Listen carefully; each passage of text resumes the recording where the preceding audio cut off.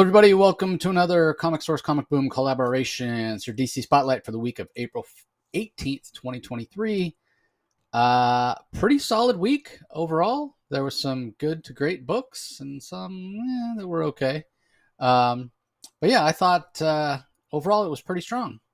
I think the books that I enjoyed, I really, really enjoyed. And the books that I didn't expect to enjoy, I didn't. So there weren't really any surprises this week, I'd say.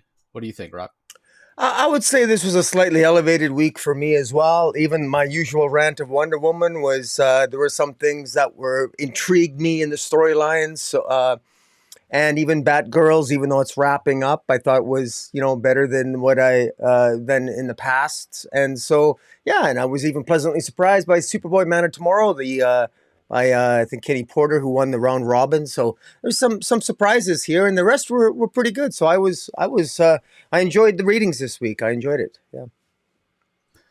Yeah, let's kick it off with Static Shadows of Dakota, issue number 3. So this is the follow-up to Static Season 1. It's being co-written by Nicholas Draper Ivy and Vita Ayala. Art is by Nicholas Draper Ivy. Additional colors by Will Quintana for some of the pages, and then letters by World Design. So I thought this was pretty solid.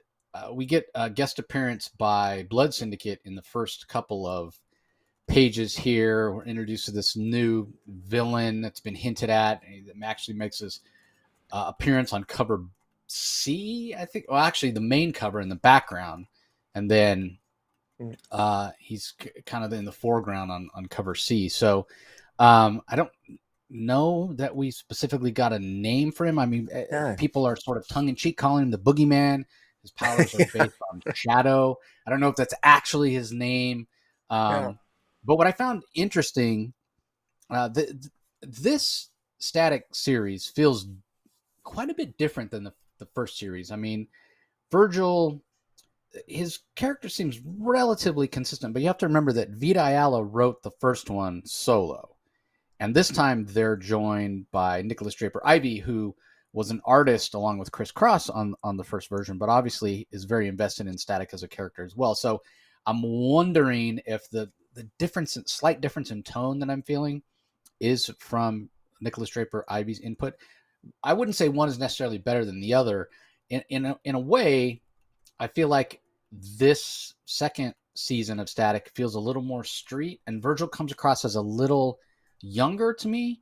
Although, like I said, the characterization of him still feels pretty consistent. So it's just a really interesting take because it feels sort of fresh to me as opposed to the first one where Vita Ayala, they really mined a lot of what we had in the original Static series, and it was new to reader friendly while still being sort of faithful to what we had in the original 90s series. So it was an interesting balance that they had to sort of strike there. And this feels a little bit more, as I said, fresh, something kind of its own. And I would almost say you don't even have to read the first season to jump on board and understand what's going on here. Although you'll get more out of this if you do. The art's fantastic. Draper Ivy's certainly putting his own stamp on it, as opposed to when he was working with Chris Cross. The pages were a little bit different. It was almost like, if I remember correctly, Draper Ivy would handle more of the superhero stuff, Chris Cross more of the kind of familial stuff. So I do like that it's consistent art, and yeah, it's pretty interesting. 3 issues in though, I'm still not 100% sure what we're doing, other than just kind of following Virgil through his everyday life as he tries to navigate these different problems that he's having with this mysterious force, this mysterious group that's after the Bang Babies, that we saw in the first season that still hasn't been fully explained who they are, what this boogeyman, if that's his name, is all about, and then certainly this sort of young kid who's a scientific genius, Quincy Davis, who Virgil's sort of mentoring, obviously is going to play a big role. There's hints that maybe something bad's going to happen to him toward the end of this issue as well. So overall, a solid issue, a little bit of a down issue in terms of action, other than that fight between the Blood Syndicate and Boogeyman when the issue first kicks off. But you need those issues, sort of setup issues, so that you can hit some highs on the following issue. So I'm expecting issue 4 to be really action packed. I guess we'll have to wait and see. What were your thoughts on this, Rocky? I thought this was again, the art was really good. I found myself a little bit confused in parts. I thought some of the transitions were a little wonky. I thought that I'm not sure unless people are. I'm actually kind of curious. You definitely, if you don't know who the Blood Syndicate are, I think that you're definitely going to be lost during those pages. There are sequences where I don't know who the characters are.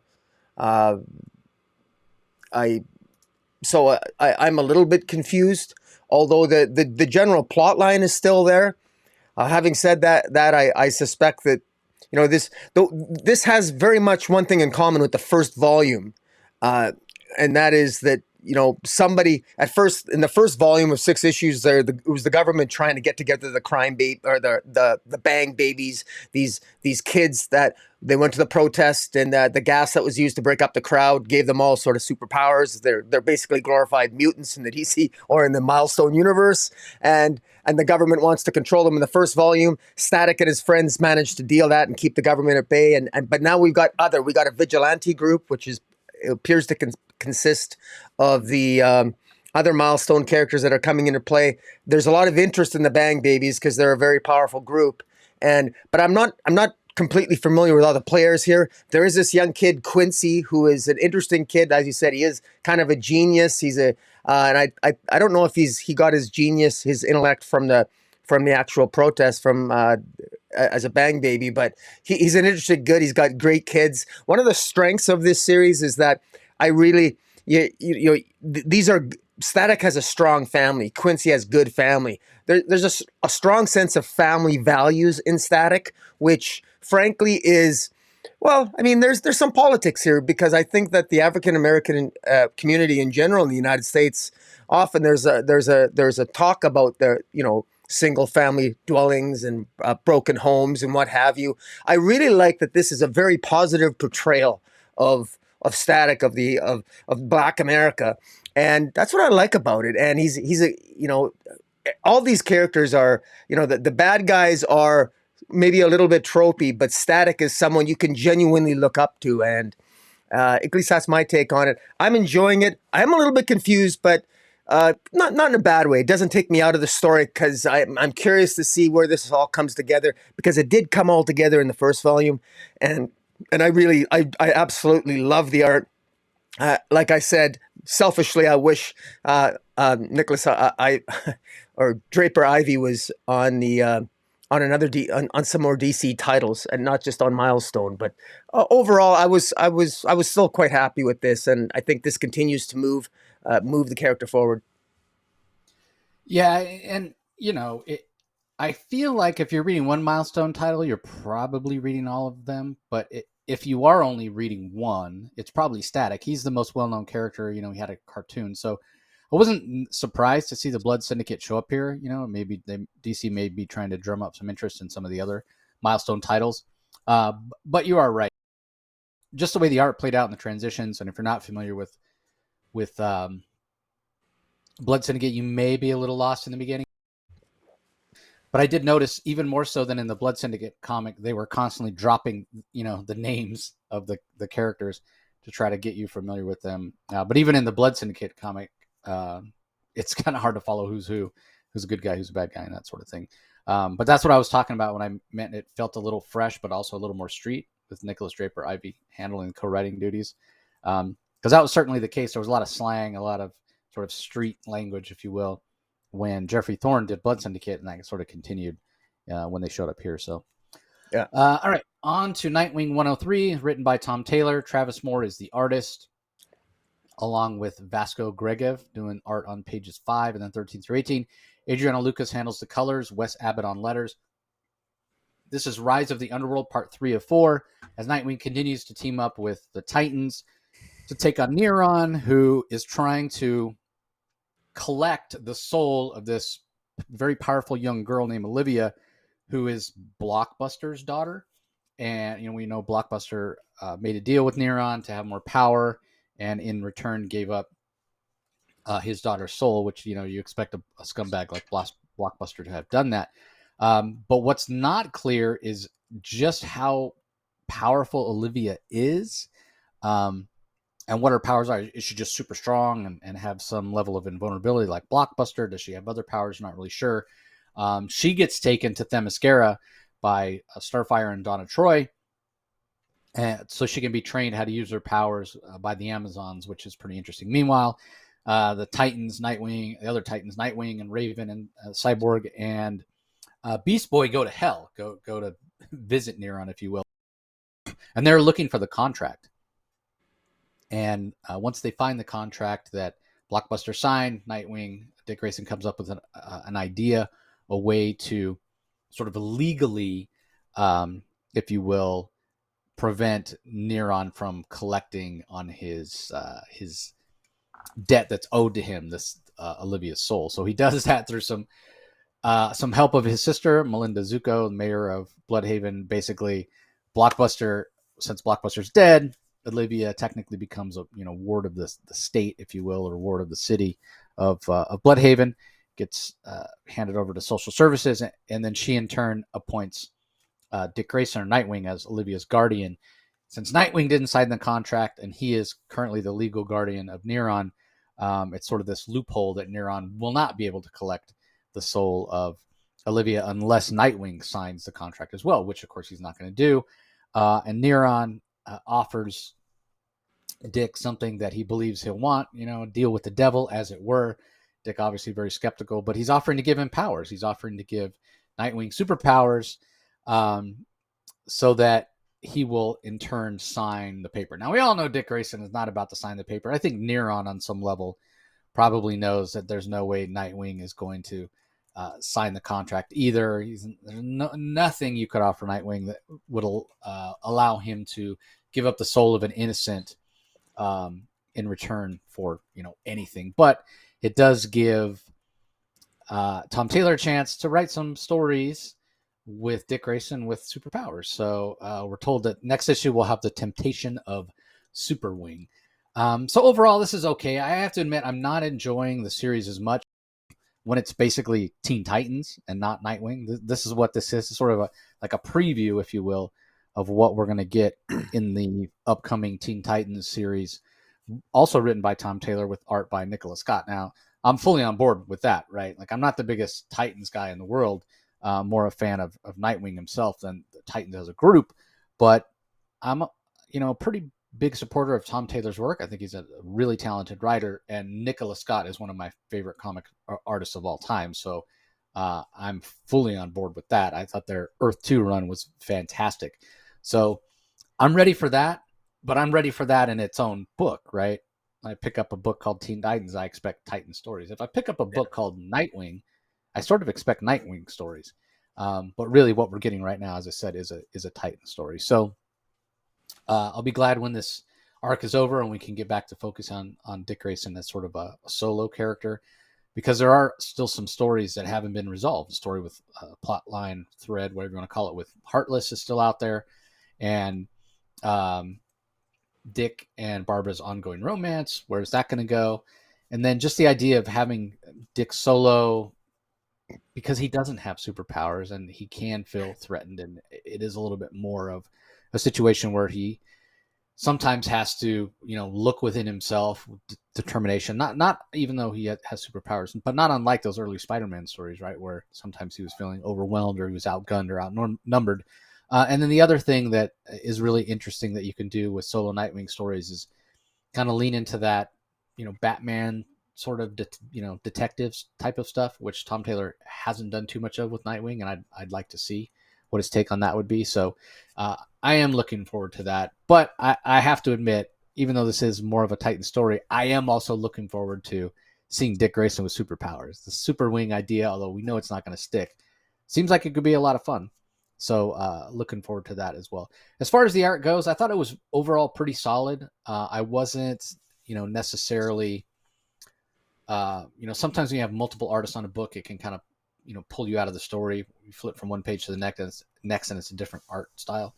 I think these two artists have a similar enough style that it wasn't really noticeable. And overall, I thought the art was pretty strong. Um, so yeah, it was an enjoyable issue. But as I said, I'm ready to get back to some solo Nightwing stories. The backup was interesting as well, but maybe not quite as good as I found the previous couple installments of the backup. But I'll talk about that more in a second. Give us your thoughts on the main story, Rocky. I find myself really finding Nightwing to just get continuously more and more and more and more boring. I was really hoping that Tom Taylor would rank up the plot, but I know that's really not his style, but he does. He can at times really nail the plot and have some really interesting high points. I mean, he in fact we're going to be reviewing the Undead, deceased War of the Undead Gods #8. That finishes on I think a very interesting plot driven, kind of cool but character driven and plot driven high note with some tragedy. But this Nightwing, it's such a feel good story that it it's like it's actually not bad, I guess, but I'm so underwhelmed by it. It's I hope it's building to something, because this is the Teen Titans. The Teen Titans, you talked about, well, you're hoping for a good Teen Titans story at some point. Well, they're the Justice League now. So I'm hoping for something far better than your typical Teen Titans. Now, if we're going to see, these characters are replacing the Justice League, and they're battling Neuron, fighting for a little girl's soul, and battling the Grinning Man on Themyscira.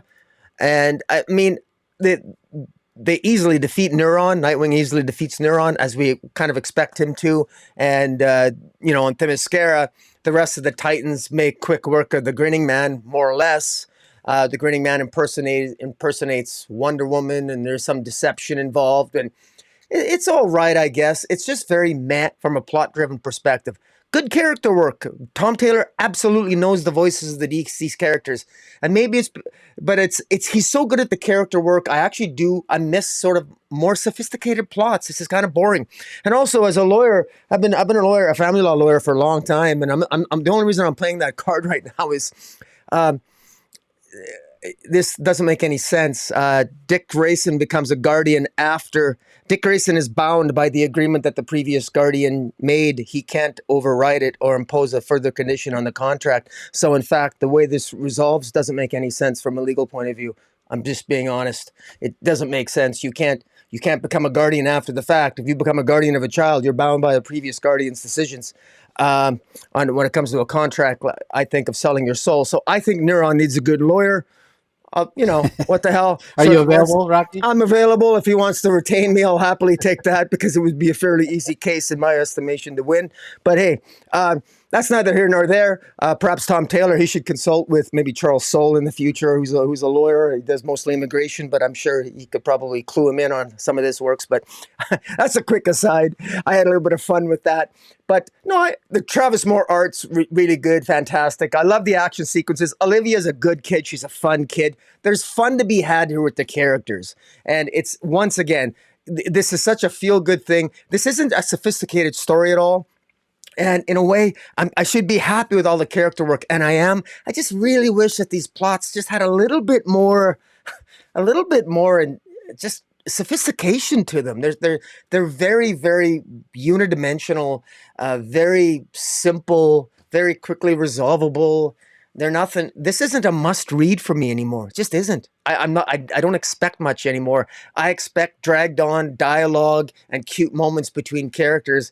I no longer expect Nightwing to be a plot-driven book, and I've already forgotten about Heartbreak or Heartless, and that's really, really sad. So I hope really Tom Taylor gets this back on track, because this feels almost like it's, from a plot perspective, it's a derailment to me. But character work is all there, but without a plot, without character-driven, sophisticated plot, well, then you've wasted the characters. I mean, you might get their voices right, but if their voices are in service of a plot that's one-dimensional, you're not doing your best in my estimation. And this could be better. Tom Taylor, you're a great writer, but this is a title that could be better. I'll leave it at that. Oh, and as for the backup, I'll let you talk about the backup. Interesting backup with Nightwing and John Kent. Yeah, Nightwing. We know that in the backup. So first of all, let me give the credits. Backup written by C.S. Pacat. Eduardo Penseco does the pencils. His longtime collaborator Julio Ferreira on inks. Adrian Lucas on colors. Wes Abbott on letters.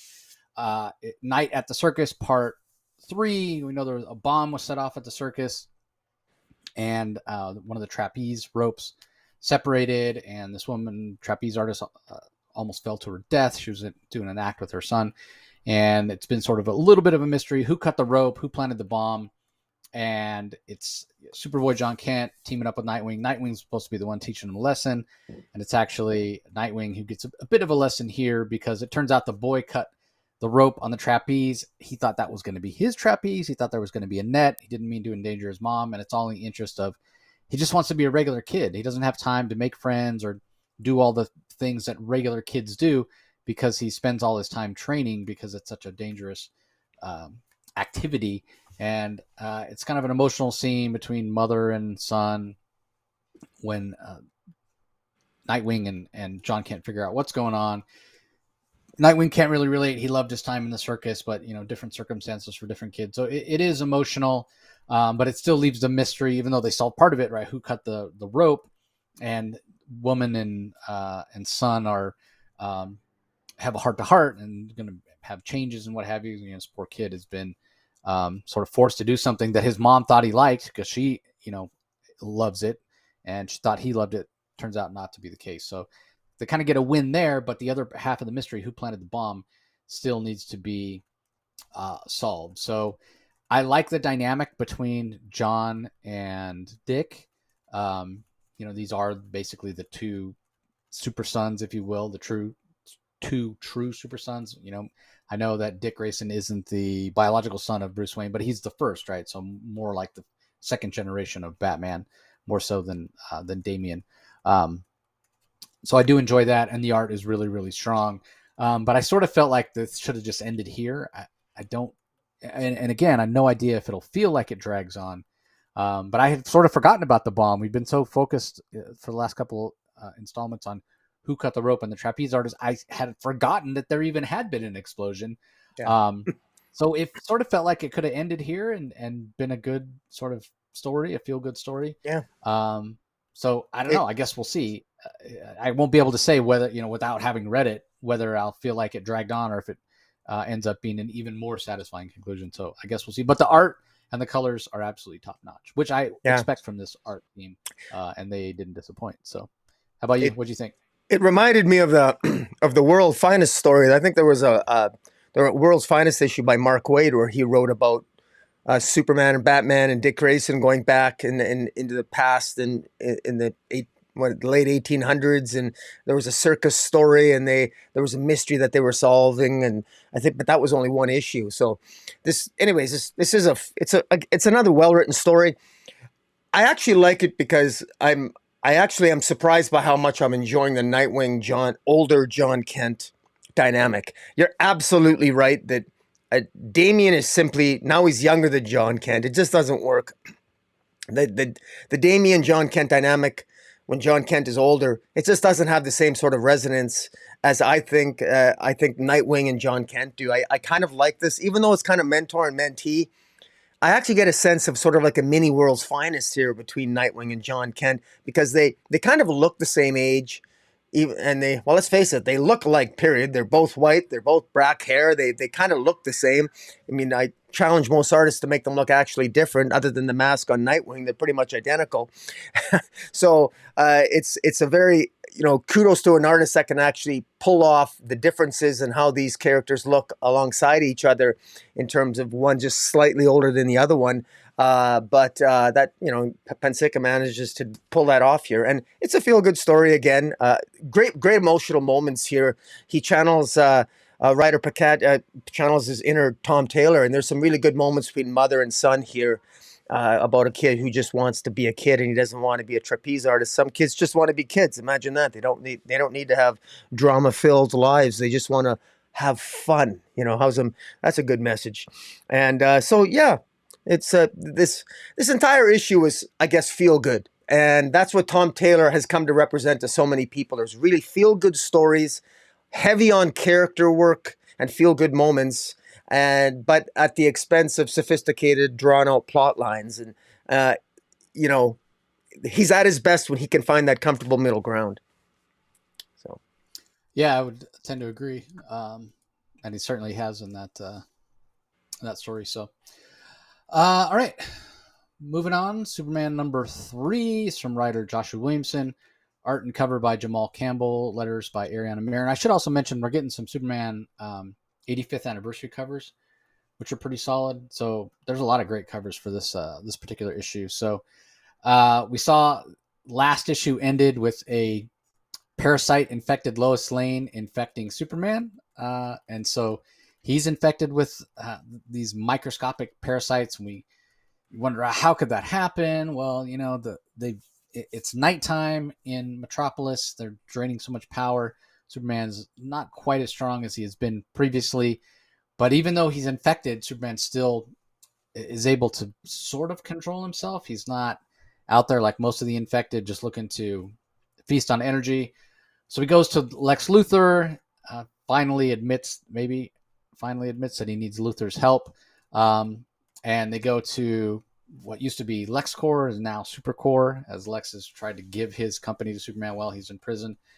And basically sort of trick the parasite into showing up. And then Superman further tricks the parasite. You know, Parasite's still being hungry, as he always is hungry, for more power. He's like, well, you got all these mini versions of yourself that are out there collecting energy, to the point that there are microscopic ones, and that's how Superman himself got infected, almost like nanite versions of Parasite. He's like, if you're hungry, why don't you just, you know, call them all back, eat them? And so he does. He eats them, and for the first time ever that I've seen, Parasite is actually full. And after absorbing all this, it's like he's going to explode. He's got so much power, but then Luthor is able to use a neutralizer to knock him out, and it's also going to neutralize the radiation poisoning that caused Parasite's powers to go crazy in the first place. And we know that it's that cabal of mad scientists who are behind it all.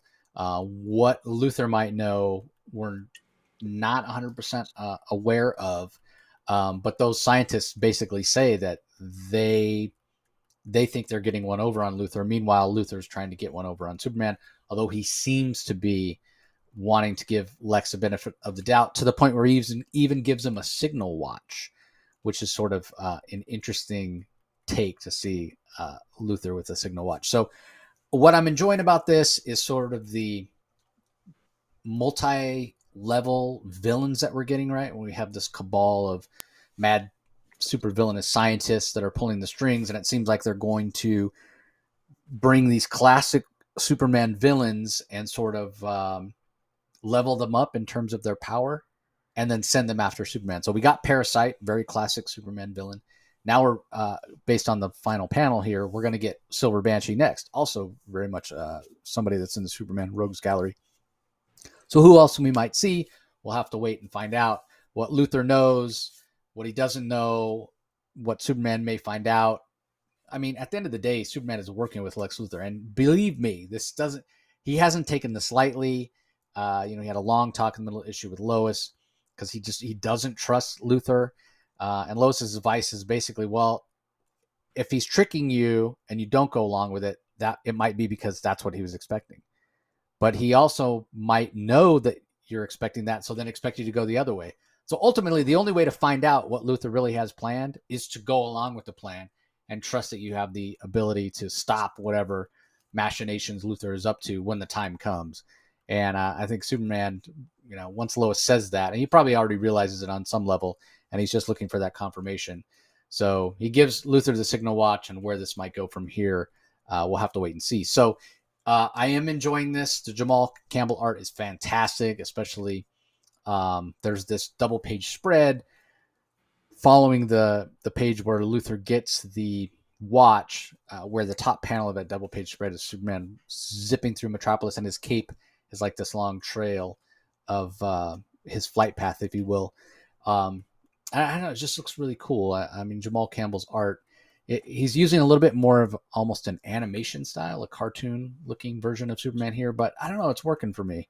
I'm really enjoying it, and obviously his color work is always fantastic. So This is fun. It's Joshua Williamson, the writer, is not taking Superman too seriously, and it's a good contrast with what's going on over there in Action Comics, which feels like a very grounded story, with fantastic art in its own right that feels a little more grounded, and this is feeling a little more in that traditional DC sort of fantasy superhero realm. So I'm, as I said previously, I think when we reviewed the second issue, I cannot remember the last time I was enjoying Superman and Action both so much. I mean, probably back at the beginning of Rebirth, I guess, when Dan Jurgens came back on Action and we had Tomasi and Gleason doing sort of a Super Sons Superman stories in the Superman title. So I thought this was fantastic.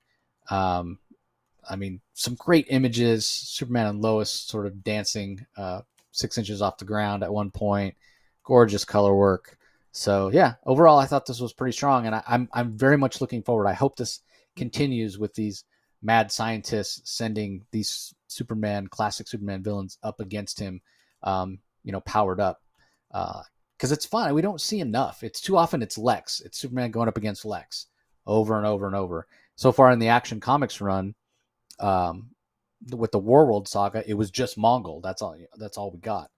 I like when we get, hey, maybe 2 or 3 issues of this villain and then a couple issues of this villain, instead of seeing the same villains over and over and over, right? Instead of seeing Joker constantly or Riddler constantly for these long arcs. Like, give me a new villain every couple issues. There are so many great ones.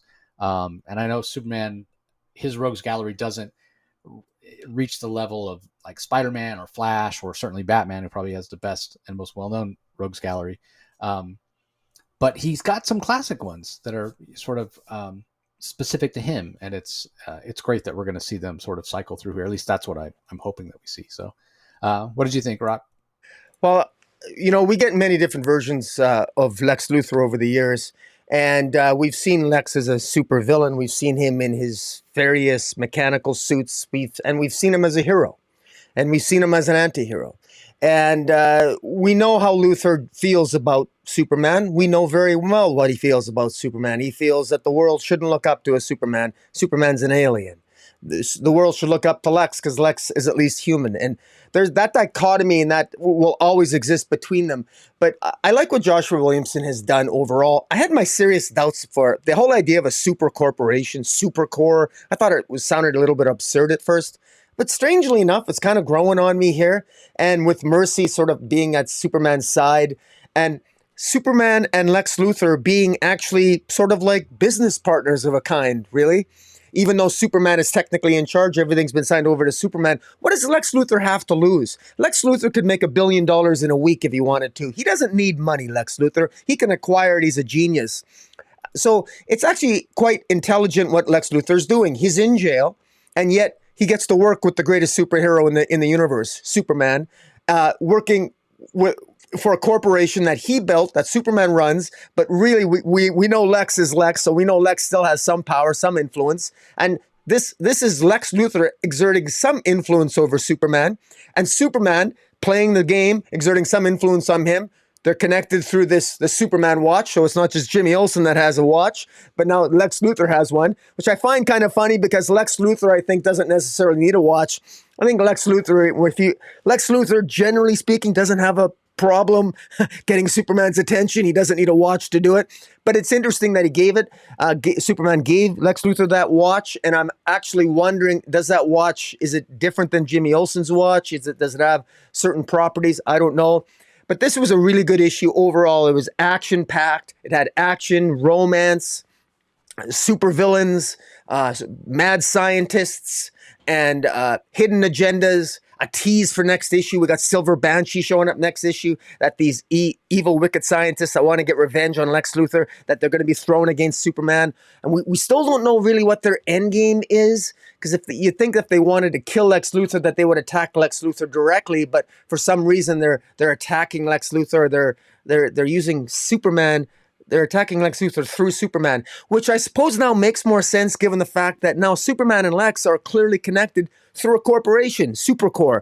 And so, interestingly enough, both Lex and Superman are setting themselves up to be attacked by each other's enemies because, as word gets out more and more that Superman and Lex are connected through Supercore, it's actually an interesting thing. It's a curious choice for Superman to have done that and agreed to that, because will the citizens of Metropolis and the world begin to question Superman's sincerity, knowing that he actually works for a corporation that, while technically he is the sole owner of, he's still working with Lex. And what will the world do when they find out that Superman gave Lex a watch? Not that they'll find out, but I like the questions that are raised here with what Williamson is doing with the storyline, and this feels new to me, even though in many ways it's sort of drawing connections from other past storylines. I like how this is all coming together, and the art by Jamal Campbell is just fantastic. So this is definitely one of the best reads of the week. I quite enjoyed it.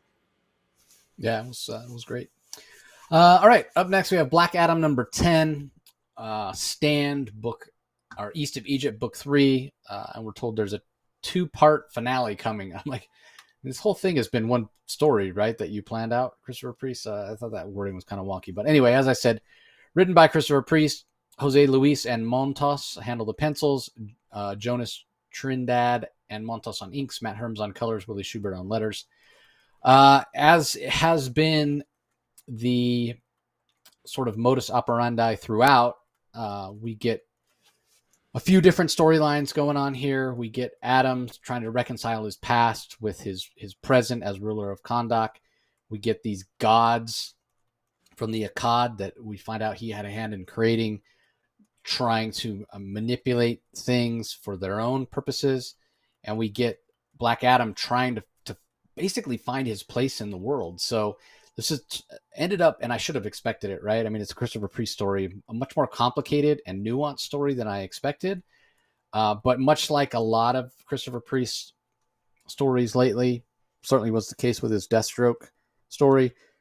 While it's good in single issues, you get the most out of it, and it's easiest to understand when you read it in trade. So this is going to be another one of those situations where reading this in 2 6-issue arcs in trade or in one big 12-issue arc in a hardback collection is going to be a lot more satisfying, I think, because Christopher Priest drops so much context, refers back to things in previous issues that at the time may not stick in your memory, that, you know, they're almost casual asides by one character or another. So how this Malik Adam, who is a new character that was introduced in this series, how he might continue to be part of the Black Adam series going forward, we'll have to wait and see.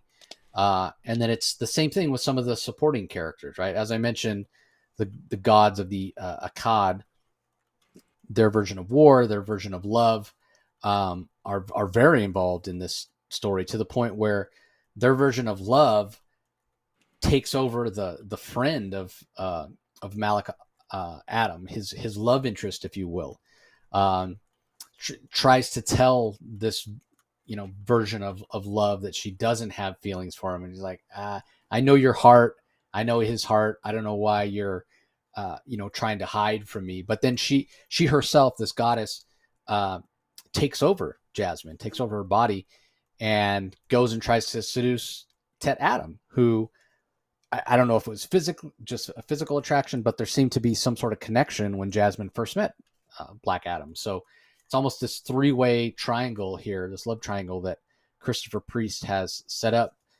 between Jasmine and Teth Adam and Malik Adam, although it's only sort of maybe instigated by this Akkadian goddess of love.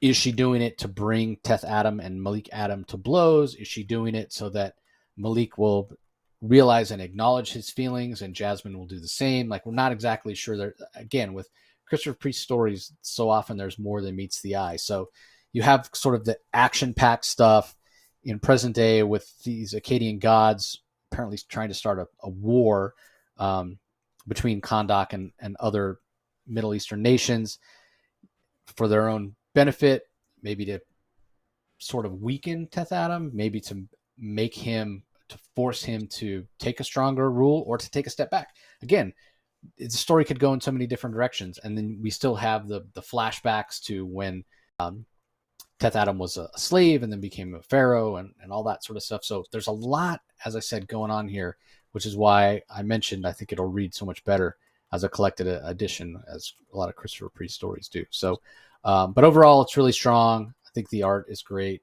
Um, yeah, as this series has gone on, for me, it's just gotten better and better. So, and my dogs are enjoying it too. So, what were your thoughts on this Yeah, issue, Rocky?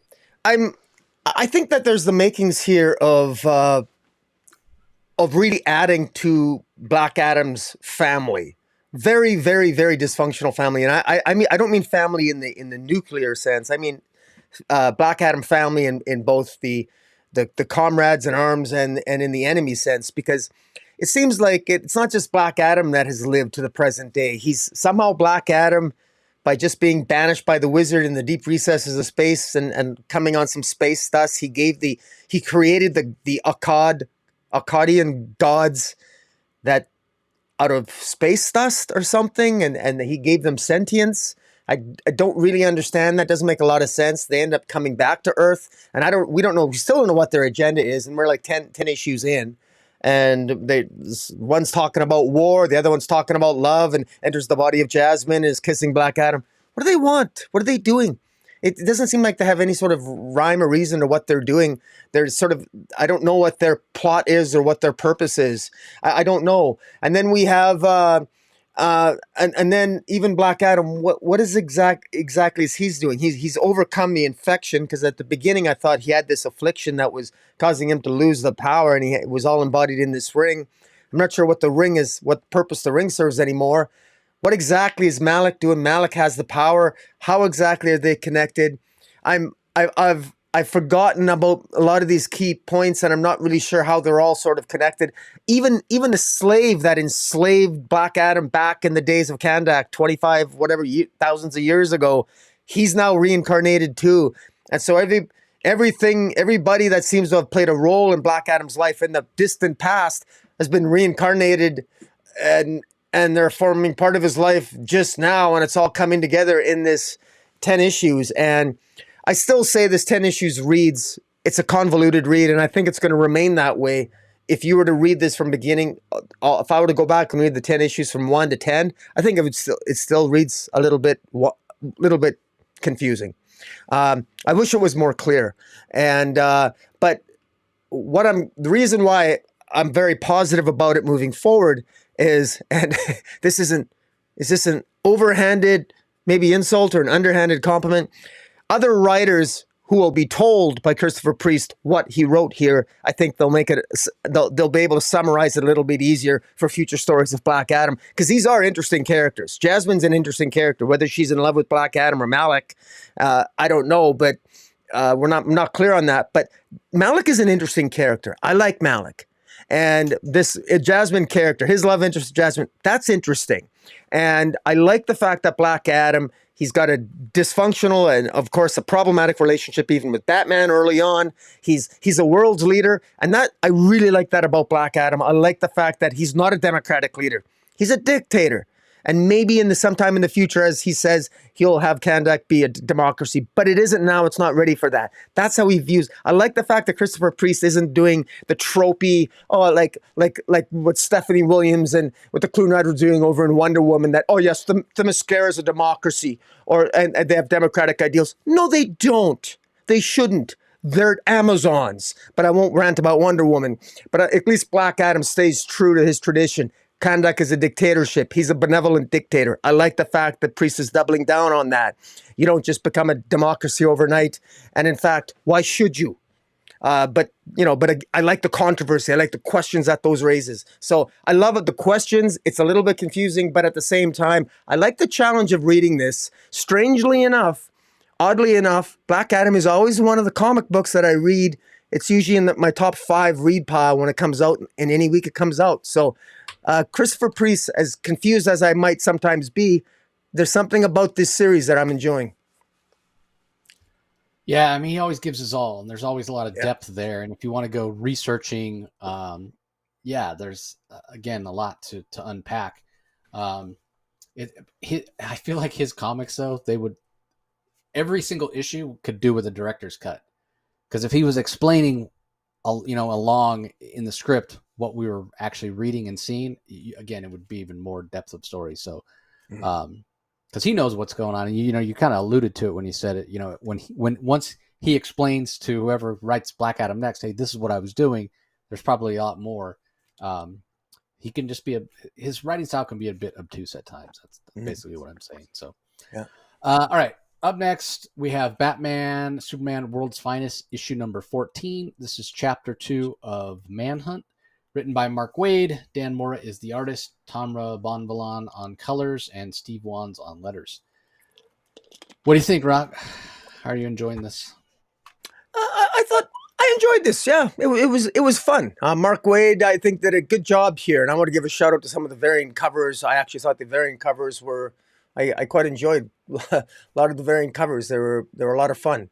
I'm not a big fan of Simon DeMeo, but even that is one of his better covers. So shout out to the variant covers as well, despite my usual rant against them. The Simon Stagg, Batman, the last issue had Batman suspecting that Metamorpho was a prime suspect for the murder of Simon Stagg, but Simon Stagg is another billionaire, just like Bruce Wayne. But thanks to Jimmy Olsen, a really diehard reporter at the Daily Planet, Jimmy Olsen concludes and provides evidence to the authorities that Bruce Wayne is the one who's the likely suspect of killing Simon Stagg. And the investigation here continues. And it starts off with a conversation between Batman and Superman. And, Batman's quite upset, but at the same time, he understands, as Superman explains, Jimmy Olsen is doing his job. He can't blow his cover. He's got his secret identity. And what I really like here is how Mark Waid incorporates other aspects of the DC universe, because as Clark Kent is, or Superman is investigating with Robin, because he can't really work with Batman, because Batman's got to, Batman's doing his other things as Bruce Wayne. Bruce Wayne has some communications with Oliver Queen, with all the other billionaires in the DC universe. Bruce Wayne ends up talking to most of them, but he discovers, and I like how Mark Waid pens it, there's a great scene between Bruce Wayne and Oliver Queen, where Oliver Queen talks about he wants to create an AI, and he doesn't sound... Oliver Queen is a die-hard liberal. and Oliver Queen is not sounding like the idea of, financing, asking Bruce Wayne to come in on financing and artificial intelligence. It doesn't sound like something that Oliver Queen would do. And so it seems off to Bruce Wayne. It just seems off. And Bruce Wayne concludes the same things when he talks to Blue Beetle, and he talks to Ted Kord, and he talks to other billionaire philanthropists. So somebody has apparently taken all these billionaires off the playing field, while at the same time, Superman and Robin, through their own investigations, they end up finding themselves in the lair of the Metal Men. What's the lair of Professor? I guess. Magnus.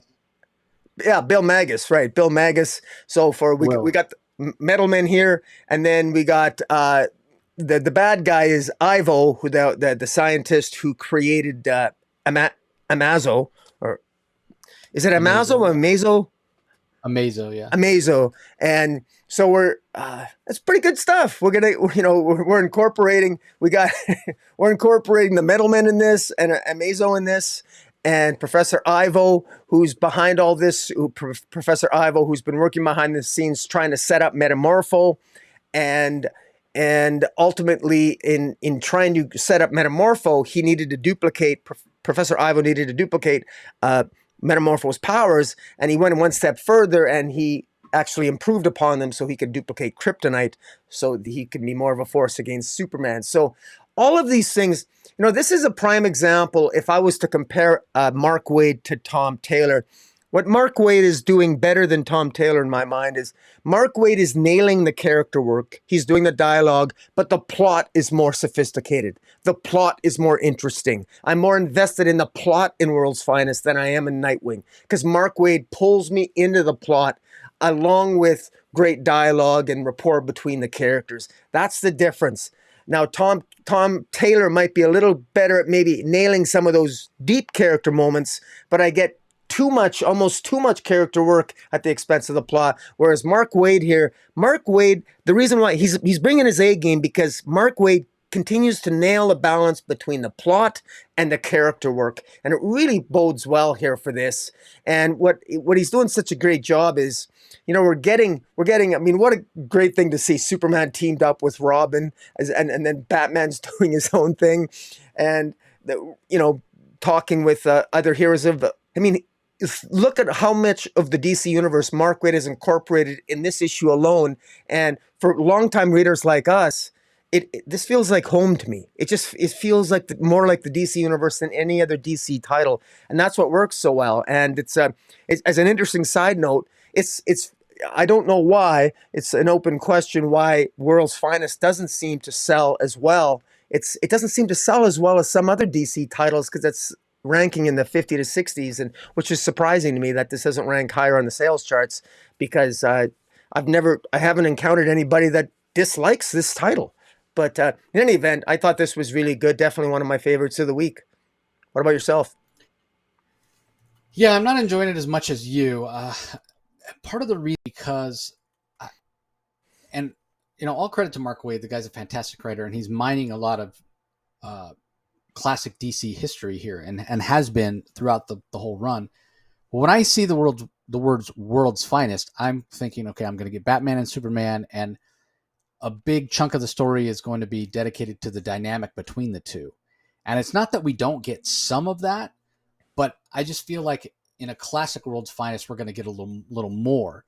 And we haven't gotten that. In the beginning, we had so many other people in the book. We had Robin, we had Supergirl, we had Doom Patrol. And again, it's Mark Waid mining the rich history of the DCU, and that's a good thing. But for World's Finest, I don't know. I guess would just hope for a little bit more one-on-one time with Clark and Bruce, and we're getting less of that one than I would like. Now I know that's just a personal preference, because the actual story here, this idea of uh, Professor Ivo kidnapping billionaires for nefarious purposes, is again a very classic DC idea. Replacing Oliver Queen, replacing these other billionaires, that's just a lot of fun. Whether we'll see Amazo, I'm gotta expect that we will, just based on the Professor Ivo's history with him. So Amazo is very powerful and definitely a threat even to Superman, as he has all the powers of the Justice League. So looking forward to that. Also looking forward to getting a chance to see the Metal Men. So it may sound sort of hypocritical, right? I'm on one hand, I'm complaining I don't get enough just Superman and Batman, but it is fun to see these other DC characters that don't get used very often, right? I mean, I've talked about that the last couple of weeks about how it feels like DC's putting out too much content, but yet they have all these characters: Firestorm, Aquaman, Green Lantern, currently, that don't even have their own titles. So at least Mark Waid is trying to remedy that, and it's an easy solution. Put out less Batman stuff, and then you will have room for these other characters. So I am looking forward to seeing the Metal Men. I am looking forward to seeing Amazo and Professor Ivo and all that sort of stuff. And the dynamic here, the mystery of who's behind it. I almost thought when they, the point of the story where Superman realizes that it wasn't Stag, that Stag himself was going to be behind it, having faked his own death. Turns out it's Professor Ivo. So we'll have to see how that all plays out. We'll have to see how Bruce Wayne, Batman, is going to clear his name, and we'll have to see if Superman is able to save the or Batman. Right? Who is it that went? Because they split up, right? It's Batman and Metamorpho that went to Will Magnus's lab. Yeah. And we see the Metal Men, and they're the way that Professor Ivo stopped the Metal Men from, or was able to subdue the Metal Men and then capture Will Magnus and force him to make these billionaire android replicas, is he put each of the Metal Men in a smelting vat, right, and melted them down to their liquid form, so they have no substance, basically. They have no bodies. They're all melted. So I imagine Batman and Metamorpho will figure out how to free them, and then it'll be all out against a new version of Amazo, along um, with Metamorpho, apparently, who's also under the control of Professor Ivo, and not just transforming into Earth elements, but transforming into kryptonite. So an actual threat to Superman. So again, Mark Waid just showing his knowledge and his mastery of the DCU. Give us something new. Give us an actual credible threat to Superman, like a Metamorpho that can transform himself partially into kryptonite. Yeah, that's a big threat to Superman. So, um, really interesting take. All right. Up next, we have Deceased: War of the Undead Gods, #8. This is the final issue of the series, and supposedly the final issue of this big story that's taken place over, I think, 4 or 5 years now. These Deceased storylines, different part of the DC multiverse that Tom Taylor's been playing in. So, written by Taylor, as I mentioned, pencils by Trevor Hairsine and Lucas Meyer, inks by Andy Lanning and Lucas Meyer, colors by Rain Barreto, and letters by Seda Timofonte. So was it a satisfying conclusion, Rocky? What did you think? I have to say it was. I don't think this is going to surprise anyone, but I was surprised. I didn't think it was going to be as good as it was, because I thought maybe the bloom was off the Taylor Rose a little bit, but I was wrong. At least for me, I thought this ending was very satisfactory. Now it has all the Taylorisms that you can imagine. He's become his own adjective at this point. Really great character work. Ultimately, they have to defeat Erebos, who is basically the embodiment of death, and they have to find some way. Damian Wayne needs to figure out a way, with the help of the Black Racer, how to access the world where Erebus is in. But the only way to access and gain access to Erebus is to die. And so there is just interspersed with just umpteen character moments where Supergirl meets up with her parents. She meets Cal for the first time and realizes that Cal is not a baby anymore, because this was a Supergirl that was just rocketed to Earth, and as soon as she got to Earth, she became part of the anti-life zombies, and then we got so many great moments between even Big Barda and Scott Free and their son Jacob. There's a reunion there, and great conversation between Damian Wayne and Black Racer. Damian wants to figure out a way to to essentially defeat Erebus, and they come up with a plan. And I really enjoy this. I enjoyed the plot here. I know I just finished kind of, complaining a little bit about Taylor's lack of thought into the plot. I thought this was thought out very well. I loved the character work here. I love the plotting here. I mean, my God, you've got Ares, Darkseid, you've got all these heroes. Just a fantastic collage of superheroes and supervillains that all have to work together, and they do, and in spectacular fashion. Darkseid and Ares battling Erebos, distracting him, while Damian Wayne gets in there with the help of Cyborg, and within Cyborg is life. There's anti-life, and the life equation is within Cyborg. Damian knows that. And it involves a sacrifice here, and the sacrifice that is ultimately made by Damian, much to the chagrin of everyone watching, everyone reading.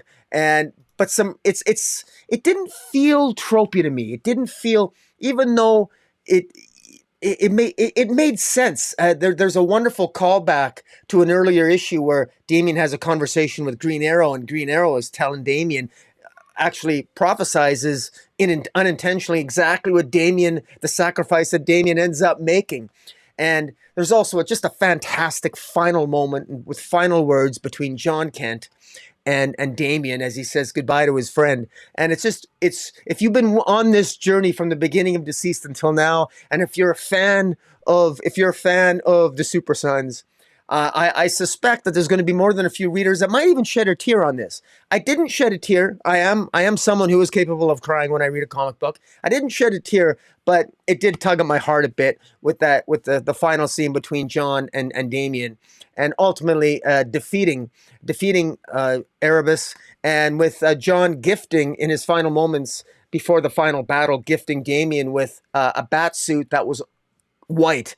He wasn't the Dark Knight. He really is the White Knight, and it's very appropriate because they're battling death.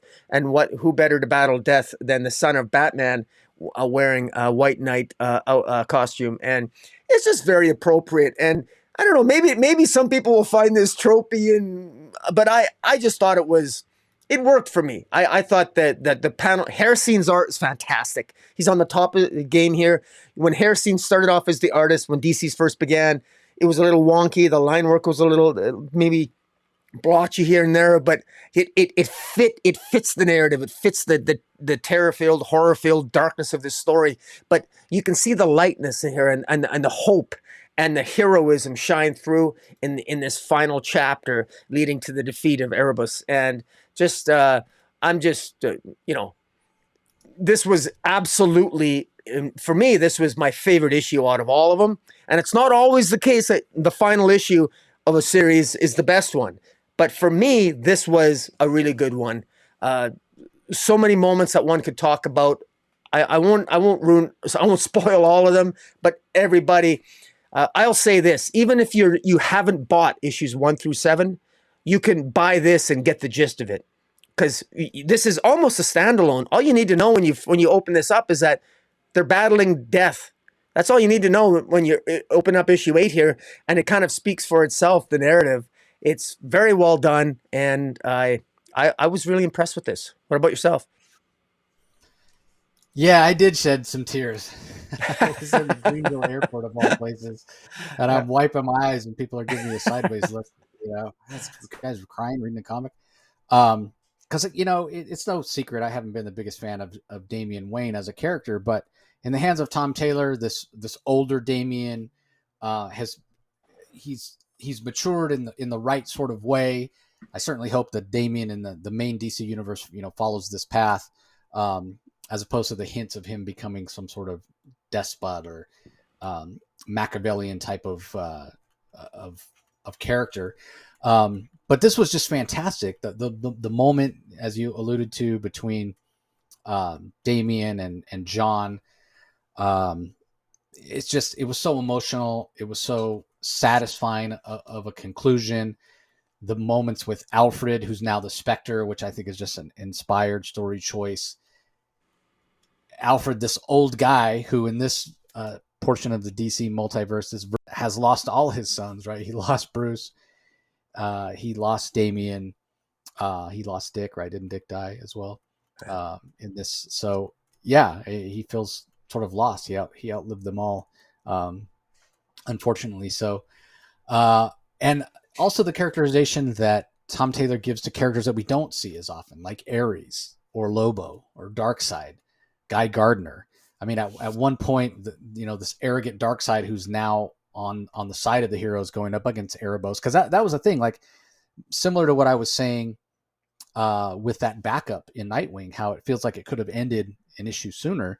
This felt like it could have ended when they defeated Darkseid, right? Last issue. It's sort of, okay, you've solved the big problem with the help of Alfred as Spectre.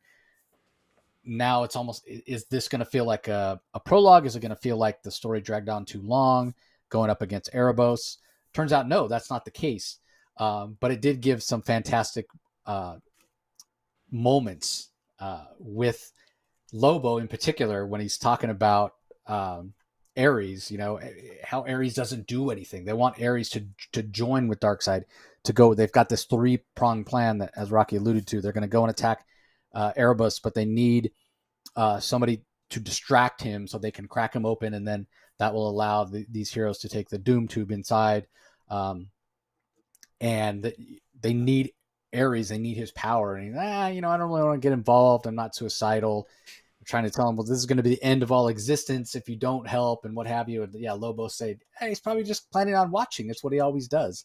He's more like the creepy stalker of war than the god of it. That had me laughing out loud while I was reading this. Just such a great line, such wonderful humor from Tom Taylor. And then, later on in the issue, he's got me in tears. So it's just really emotional. It really was such a satisfying conclusion to this epic story that Tom Taylor has been telling. And as Rocky said, that's not always the case, right? Sometimes the journey ends up being more enjoyable than than the final destination where you end up. And that's not the case here. I think they're equal. I mean, all the moments, all the things that Taylor got to do, partly because this isn't in the main DC continuity, and he got to have the impact of killing main characters that actually stayed dead in this version. Um, like he does here with Damian sacrificing himself, but it allows him to tug at the heartstrings, or to fill us with laughter and show us how much we care about these characters. And I can't say enough about how fantastic this series has been. And it's one of those series, it's one of those corners of the DC universe, if you will, that feels like it was perfectly set up in the hands of Taylor as a writer, but also Hairsine as an artist, as Rocky mentioned. He drew almost all of it. I think there was some other of the, one of the digital first series that was in DC was drawn by Carl Mostert, who has a little bit of a similar style in that he uses very fine lines, very fine line weights.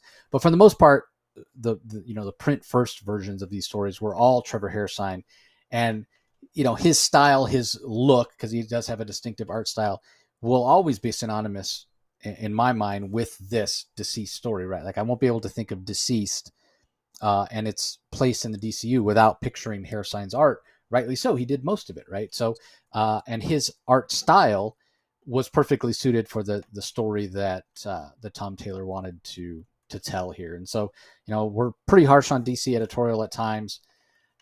Certainly, it feels like a rudderless ship most recently, but give him credit for picking the right writer and the right artist to come together to give us this fantastic story. And yeah, it was just it absolutely blew me away. And I think as we've gotten down to these last final 3 issues of this overall Deceased epic, each time I read one of these 3 issues, it got better and better. And it also made me think, man, I need to go back and do a big long reread and reread everything, much closer together, because I read everything as it came out monthly. So sitting down and reading this, over a weekend, let's say, I think it would be so great and so impactful and really enjoyable. So I'm looking forward to finding time to do that, because this it blew me away. It was so good. Just fantastic work by Tom Taylor. I think a lot of people are going to be talking about this on social media and what have you when it drops tomorrow or today as you're listening to this or what have you. So, and I just want to say one thing that part of the reasons why that I've been generally dissatisfied with DC overall is no fault of DC. It's I have a strong desire to see these characters evolve and get older. There is a part of me that does want that, and I say that with some degree of irony, because as an older reader, I like to see a lot of these, dawn of the DCU. They're retelling the same stories that we've gotten over and over and over and over again, just for a new generation, and I respect that. But I'm older school, so these feel like genuinely fresh stories, and perhaps it's no surprise that they're out of continuity. But Deceased feels like these characters are actually evolving. There was actual consequence, and I'm so satisfied with it, and I really hope that it says the end. It actually says the end. It doesn't say to be continued on the final page of Deceased. I want this to continue, and I should say that there are some references to this universe where the Deceased takes place in. I would love future stories taking place in the Deceased universe, but I wish it would have a different name, because I don't want them to battle deceased beings anymore. I would just like to see future stories set in this universe where they can evolve these characters and not have to worry necessarily about, checking off some boxes and worrying about doing everything a particular way, or worry about not killing off this character. We can have stories with actual consequences. So, who's Batman? Who's Batman? well, if it continues? that's a good question. So that would be kind of cool. Who would be the next Batman in this world now? That might be a good future story for Tom Taylor to tell in this universe. Who knows? Yeah, if he would be the one, though, or if they would, he's kind of like, I'm done with that universe. Let somebody else play in it for a while. Because here's the other thing: it doesn't have to be. Because I would welcome more stories in this part of the DC multiverse as well. It doesn't necessarily have to be going forward, though. There's plenty of stories that could be told, in the context of what we've seen.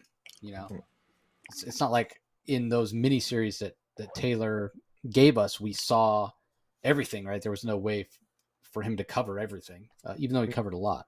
But yeah, would be interesting to think about. All right, up next we have DC Silent Tales. This is a collection of 6 silent comics written and illustrated by Gustavo Duarte, who is a very talented cartoonist. So there's 6 stories in here, and as it says, it is silent. None of them have any words. We have Harley Quinn in Hammer Time. We have Cyborg in Long Play, Superman in Bugs, Zatanna in Mr. Crowley, Joker in Gotham Gothic, and Lobo in Suckers. So yeah, I'll let you kick it off, Rocky. Any that you want to talk about or that stood out? What was your favorite? What do you have to Um, say? Not really. Well, they're all really, really good. It's funny because I will definitely be picking this up. I'm a sucker for DC animated. It sort of reminds me a lot of the oh man, was it DC? Was it the Microverse? There was like the Mini Mites or the Mini Teen Titans Mini Titans series. I got all those little like sort of children's DC comics back in the day, and this is the sort of humor comic book that I just love.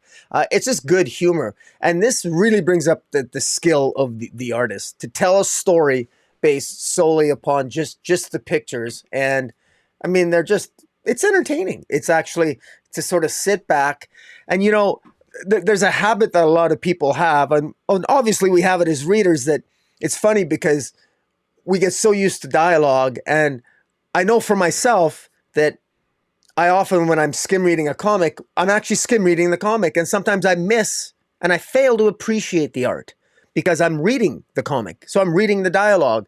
And, I do now I do appreciate good art, but I don't always see it at first glance because I'm reading the words. And often, part of the things when we read so many comics, I am guilty of missing some really good art because I'm reading the dialogue. And what's great about Silent Tales is that no, this is meant to sit back and you enjoy the pages. Everything from, the level of detail here on the surface might not be a lot of detail, but there's a lot from the expressions to to all the character work, and you have to imagine what the characters are thinking, and you shouldn't have to imagine much because the art should tell you that, and that's the true challenge, and it really works well. If I had to pick a favorite, I'd probably go with the Cyborg one with Long Play. It sort of caught me off guard, and I just I just like that. Blue is I like the color scheme. I like the light blue. I like Gizmo showing up. I think that's Gizmo from the Teen Titans series, and he battles Cyborg, and it's funny. It reminded me of more of a Looney Tunes sort of thing with the Bugs Bunny or the Wild Coyote. And in any event, Superman Bugs is pretty good too. They're all funny. This is for me. I want to reward this. I'm gonna buy this because Gustavo Duarte. I'm not. I've heard of him before. I've probably seen his art before, but I want to reward this because this is the type of work that I actually like. I appreciate DC for putting this out because this is the type of stuff that I think can entertain a lot of people, and be interesting to see the demographic that most enjoys this kind of work because I really enjoy it, and I wonder if a younger crowd would as well in the young adult section of your chapters or Cole's bookstore. But what do you think of it? Yeah, I mean, I loved it as well. Not necessarily for the stories themselves, as you mentioned, they are humorous, and there's sight gags and what have you, and it's sort of what you have to rely on when you're not using any dialogue. But just the aesthetic, right? Like Gustavo Duarte's art, his line work. Obviously, the storytelling is strong, and there's no words here, but it's just fun. You mentioned the Easter eggs, and him capturing the essence of these characters again with no dialogue. The Lobo story is a perfect example. He's going up against vampire Nazis, which we saw recently in the Sergeant Rock story, and he pulls no punches, but yet it still feels pretty much kid friendly. It's not gory by any means. It's no worse than you'd see in your typical cartoon in terms of violence. So it's just fun. If I had to pick a favorite, I mean, I wouldn't have thought this would be my favorite just based on the character. But probably the Harley Quinn story was probably my favorite. It's so interesting. She walks into a hardware store, buys all the spends money, pays for all the parts she needs to build a mallet. Her big red and black mallet, red, white, and black mallet, I guess you'd say, that we're all used to seeing her wield, and then proceeds to break back into said hardware store through the front window, goes crashing in, bashes the cash register, steals all the money, but still leaves the amount there to pay for the stuff, the supplies she bought to make her hammer. So absolutely, as insane as you would expect somebody like Harley to do. So just fantastic. I mean, more than anything, just the aesthetic, the style of artwork, and the strength of the storytelling, just really, really fun. I mean, doing these kind of things is how you get new comic readers, right? Again, I said it very much all ages friendly, even for a kid who can't read yet, right? You can follow along, you can understand because it's all just pictures, and that's how you pull somebody in. And then maybe the next comic they buy does have words, right? And you build a readership like that. So interesting enough, probably my least favorite was the Superman story. Yeah. I just thought that one was kind of wonky. Like, I didn't understand the sequence right at the end where it's so funny. I was just going to ask you. I didn't quite understand the sequence either. I didn't understand like, I get the the cape. other part. Yeah. What's that? I get the rest of it. Yeah. He fought this radioactive bug that some mad scientist, looks like it's Lex Luthor probably. Yeah. Lex Luthor infected this like giant cockroach with this radioactive substance, and he grew to a huge size. Superman fights him, gets the radioactive goo all over his costume, and throws his costume in the washing machine. And unbeknownst to him, a worm from an apple gets inside the washing machine as well. And so then later, that worm infected with this radioactive substance also grows to a giant size, and he has to go and fight it. Okay, well, that's explained at the end. Okay, that's what that is at the end. Okay. Yeah. So that's what the worm. But what's not explained is, so at the very end, the last page, he's sitting. He's not in his costume. He's sitting in his Clark Kent guys. He's reading the Daily Planet. It says Bugs in Metropolis, and he's eating cereal called Smart Brains, and he eats the cereal apparently in a bowl with milk, and then eats the last bits of cereal directly out of the box, and then throws the box away. And I was like, I didn't get, like, is that a hint that now, much like the bug or the worm that was in the apple got mutated, Superman's going to get mutated by this Smart Brain cereal? Is that what's being hinted at? I have no idea. So I looked at that over and over. And so I was reading this on the plane, or, reading, no words, but I'm reading on the plane, and I was getting really tired. And I started getting sleepy, and I was like, am I not understanding because I'm tired? I put it away and came back to it later when I got home, and I was like, no, I still don't understand. I still can't make any sense of it, but it's a minor quibble. It's still good, yeah. Yeah, the art is fantastic. Zatanna and her bunny are great. Rocky alluded to the Cyborg story with Gizmo as the villain. The Joker story is even funny. So yeah, I highly recommend it, especially if you have little ones who are interested in comics, maybe aren't the strongest readers. This is just fantastic. So, all right, up next we have Catwoman, issue number 54, Rise and Revenge, part 4, from Tini Howard, Nico Leone on art, Veronica Gandini on colors, Lucas Catoni on letters. I continue to be, I don't want to say disappointed, but the art here, it just isn't as strong. Like, I keep going back to when this first started, this Tini Howard run first started, and how Nico Leone gave us all those neon colors, all the pinks and purples, and it was so dynamic and looked so slick, and it almost had like a crime noir, Miami Vice type feel. And this just doesn't have that same oomph to the art. And not that the art is bad. I really enjoy the storytelling and what Nico chooses to show us, especially because a lot of this issue is sort of a talking heads issue, but he keeps it visually interesting. Sometimes we don't even see the characters' faces when they're talking. We're looking at their feet, which is so interesting. And again, keeping it visually stimulating. But yeah, it does lack a little something. And again, maybe it's because it's somewhat of a top issue and a bit of a setup. Um, but it's felt like that for a few issues now, where we just haven't gotten that same dynamic feel of the art. But as far as the story goes, it's interesting enough. I know Tinny Howard herself told me we're building something really huge. Um, I like that Punchline shows up here actually for once, because we're getting hints that Punchline may be evolving somewhat. Like Selena even offers to sort of partner up with her, and I gotta believe that Selena is not about to partner up with Punchline, but seems to possibly be setting her up for something, which I like. And it's not just a two-dimensional type Punchline. She is finally evolving as a character, or at least seems to be evolving as a character. So jury's still out for me on how much I'm going to like this. But I will say one thing: I was a little critical of Tinny early on with the pacing. It felt like she was trying to cram too much story in it, and it was feeling choppy. And those things seem to have been ironed out. But I'm definitely ready to see what the big payoff is for this story and see where it goes next. So we'll have to wait and see for that, I guess. What are your thoughts? I'm still trying to get a handle on this whole storyline. It's funny. A shout out to Tristan at Nerdette's Newsstand. I know that she's really been enjoying Teeny Howard's run, and I can appreciate where she's coming from. There is something about if I want to say something, focusing on the positive here.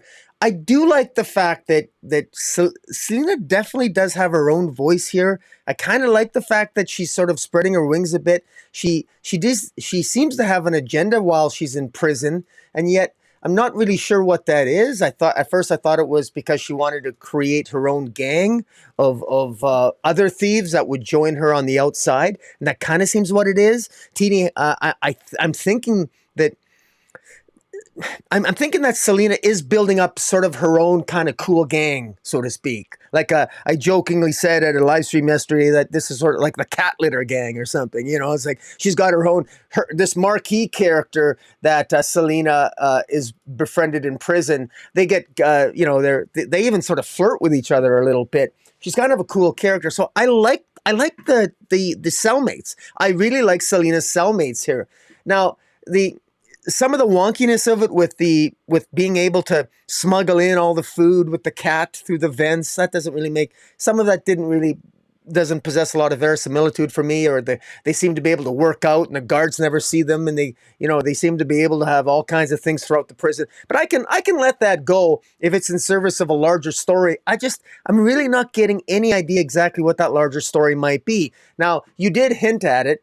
The Royal Flush Gang ended up being sent to prison because they were basically caught, and so they get sent to prison, and so they still work for Punchline, and Punchline's going to prison ostensibly to kill Selena, and the Royal Flush Gang is there in prison, and they don't know which prisoner is Catwoman, which is really surprising. I don't know how they don't know. I mean, Yeah, how I can thought anybody? everybody knew. I thought How everybody knew how can Dwayne people Kyle was not Catwoman. know that Selena Yeah. Kyle is Catwoman? She was sent to prison. I don't get that. That doesn't make any sense to me. That's not explained. But I do like the idea that, okay, now if Selena Kyle is going to break out of prison, instead of taking down Punchline, is she setting her up? I would hope so. I mean, Punchline needs to have the shit kicked out of her. But okay, Selena is maybe she wants to set Punchline up for a more of a significant kind of revenge, because she wants Punchline to end up in prison, maybe, and Punchline was found not guilty. What are they going to arrest Punchline for? Well, I would have thought that's fairly obvious, given the explosion, given the circumstances surrounding the death of Valmont. Why is Selena still in prison? Why is Selena breaking out of prison when she doesn't need to? Her lawyer could get her off. The investigator actually told Selena that we know you didn't do it. So why did you confess? Why don't you let us do our job and come out of prison? I don't know the answers to this. What is Catwoman? What is Selena doing? I don't know why she's doing all this. She wants to set up and create her own mafia. She's already got one. She's got Iko Hasegawa, who is the new Catwoman while she's in prison. So Catwoman already has influence with the mafia if she really wants it. So I don't really know where this is going. And I have too many questions that are normally I could get excited about this, but Teeny Howard isn't really making it clear to me what direction we're going here. But I'm prepared to be at some point. Maybe this will all come together, but right now this feels like this feels like a jigsaw puzzle, and it's not entirely clear to me that I have all the pieces to it yet. And or that I'm not even sure if all the pieces are even on the board yet. I get the sense that maybe Selena has a plan, but it seems like a really stupid one. Selena really comes across as someone who hasn't thought this through. This even Batman comes across as stupid, or does he know what Selena's up to? But everything about this, the way it's been executed, just doesn't really sit well. However, I can see it heading somewhere, I think, and maybe this is something where this master plan that Selena might have might begin to take shape. I hope it's a master plan, because right now this seems to be all over the place, and I really wish this would start to come together soon, because it's not really quite hitting for me at this time. But I'm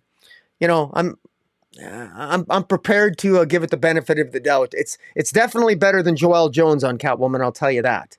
Whereas at least this feels like maybe it's headed in a certain direction, but we'll have to wait and see. So, what do you think? Yeah, I mean, I agree. I think that yeah, we don't have all the puzzle pieces yet, and how successful this is, it may just depend on how much you buy into the ending that we're going to get, and I don't necessarily mean the ending of this particular arc, but the ending of Tinny's run, because I think overall it's been a little uneven at the end of the day. So, all right, Superman, the Man of Tomorrow, #1. Rocky alluded to it earlier. You mean Superboy? Superboy. Did I say Superman? Yeah, Superboy. This is by Kenny Porter, who won the DC round robin, as Rocky mentioned. The art and the color both are handled by Janoy Lindsay, and then we have Louis Gattoni on letters. So the art is okay for me. It's sort of a younger looking Connor Kent that I'm used to. He looks maybe 12 here, and I know he's supposed to be older than that. But for that matter, John Kent and Supergirl look younger as well. So it's just kind of a younger aesthetic. So the art for me was only okay, but I really did love the idea. I love the story. Because we've talked about it before. We talked about it when we covered the recent Young Justice series, how this generation, whether it be Bart Allen or Cassandra Sandsmark, or Cassandra Cain to some extent, certainly Bart Allen, Impulse, and John Kent have sort of become redundant, right? They've sort of been replaced by yet another generation. We still have the first generation of heroes, the iconic ones that we know. And so where do those heroes that came around in the 90s, Tim Drake Robin is another, where's their place, right? Are they just forgotten because we now have new younger kids, which is just one more reason why DC should have never aged up John Kent, not to beat that dead horse. But anyway, it's an interesting premise that Kenny Porter takes on, right? Because here's Connor Kent back in the main DCU, back in the reality he says himself, a reality that he didn't exist, and everybody has sort of forgotten him. Now he's back, and he doesn't have a place in it. Every time he tries to go and help out, John Kent's got it under control, or Supergirl's got it under control, or any number of people. He goes to, he's talking this over with Ma and Pa Kent, who he's living with, and they say, well, you just have to find your place. Clark didn't know exactly where his place in the world was until he, moved to Metropolis, and now, you have to find your Metropolis. So he goes to the Fortress of Solitude. He enlists the help of Kelex to find out. He's like, okay, show me all the distress calls, all across the earth. Where am I needed? And everywhere he looks, whether it's Superman and John and Supergirl fighting Chemo, or the Flash and Batman and Green Arrow fighting Gorilla Grodd, or the rest of the Young Justice, Cassie Sandsmark, Tim Drake, Impulse, taking on Felix Faust in Paris, France. He's just like, everywhere I look, my friends have it covered. I'm not needed here. So he decides, hey, show me all the distress signals in the galaxy. Show me where I'm needed the most, basically. He wants to feel needed. He wants to feel like he can make a difference. And when he finds out it's far, far away, he says, okay, what kind of starship is there in storage, or teleporter? And Kelex tells him about this unstable teleportation bracelet that came from a coon bounty hunter.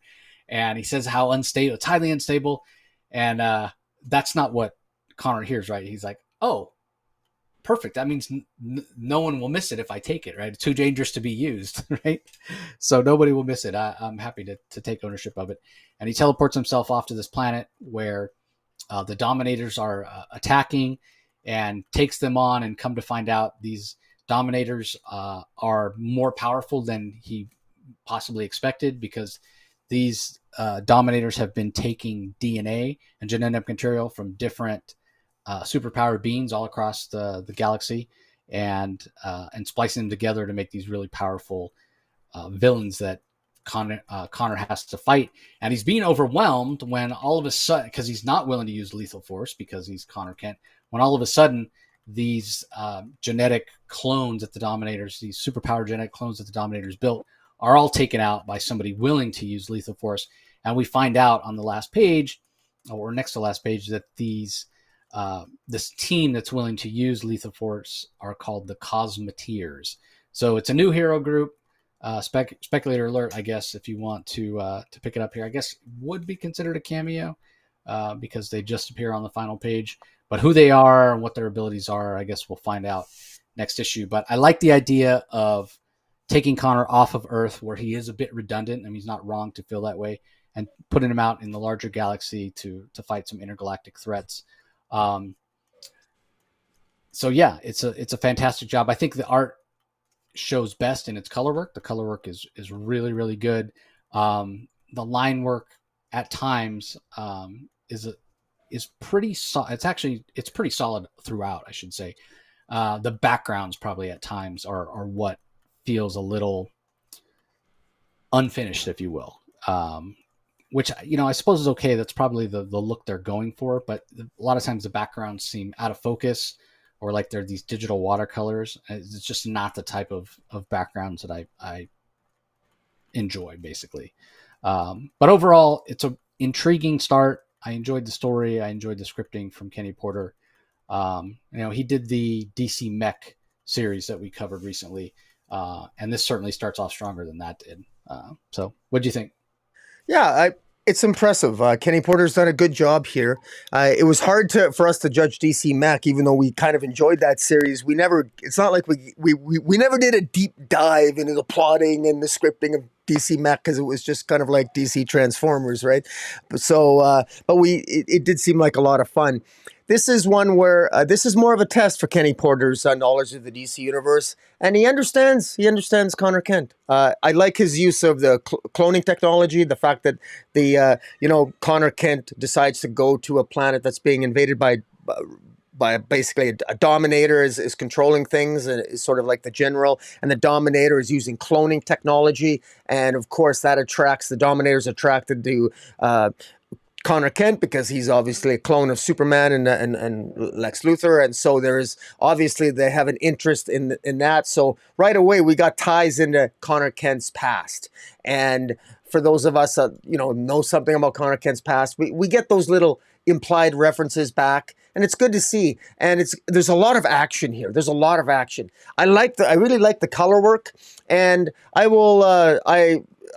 I actually don't mind the background. You say the faded background, the digital background. I think it kind of works here, only because for me, I imagine this to be an alien world, and that the alien skies, there was either pink or kind of an off green or an off blue, and it sort of worked for me. To me, it sort of fit the story the way I was reading it, and I thought it was very well done. It was action packed. It was visceral, and Connor Kent is just not messing around. And at the end here, when these Cosmeteers show up, we don't know anything about them, but they actually look cool.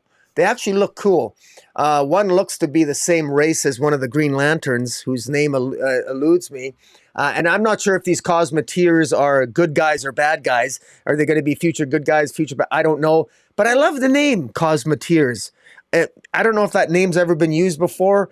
To my knowledge, I think that's the first I've heard of Cosmeteers in the DC universe, but somebody out there can correct me. I'll have to Google it later, but I'm really intrigued by this. And, hey, I had my doubts about this series. I'm not going to lie, but good for Kenny Porter. I'm looking forward to next issue. This is actually a nice self-contained issue. And like you, I 100% agree.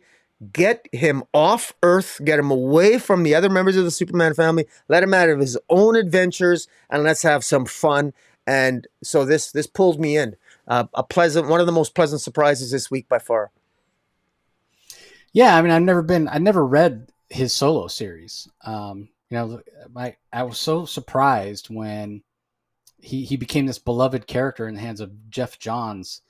Um, because for me, being exposed to him when he was one of the four replacements for after the death of Superman in '92, he came across as kind of this arrogant punk that he wasn't really that likable, and so I never picked up his solo series. But he had enough fans that he got a solo series. I mean, so did Steel for that matter.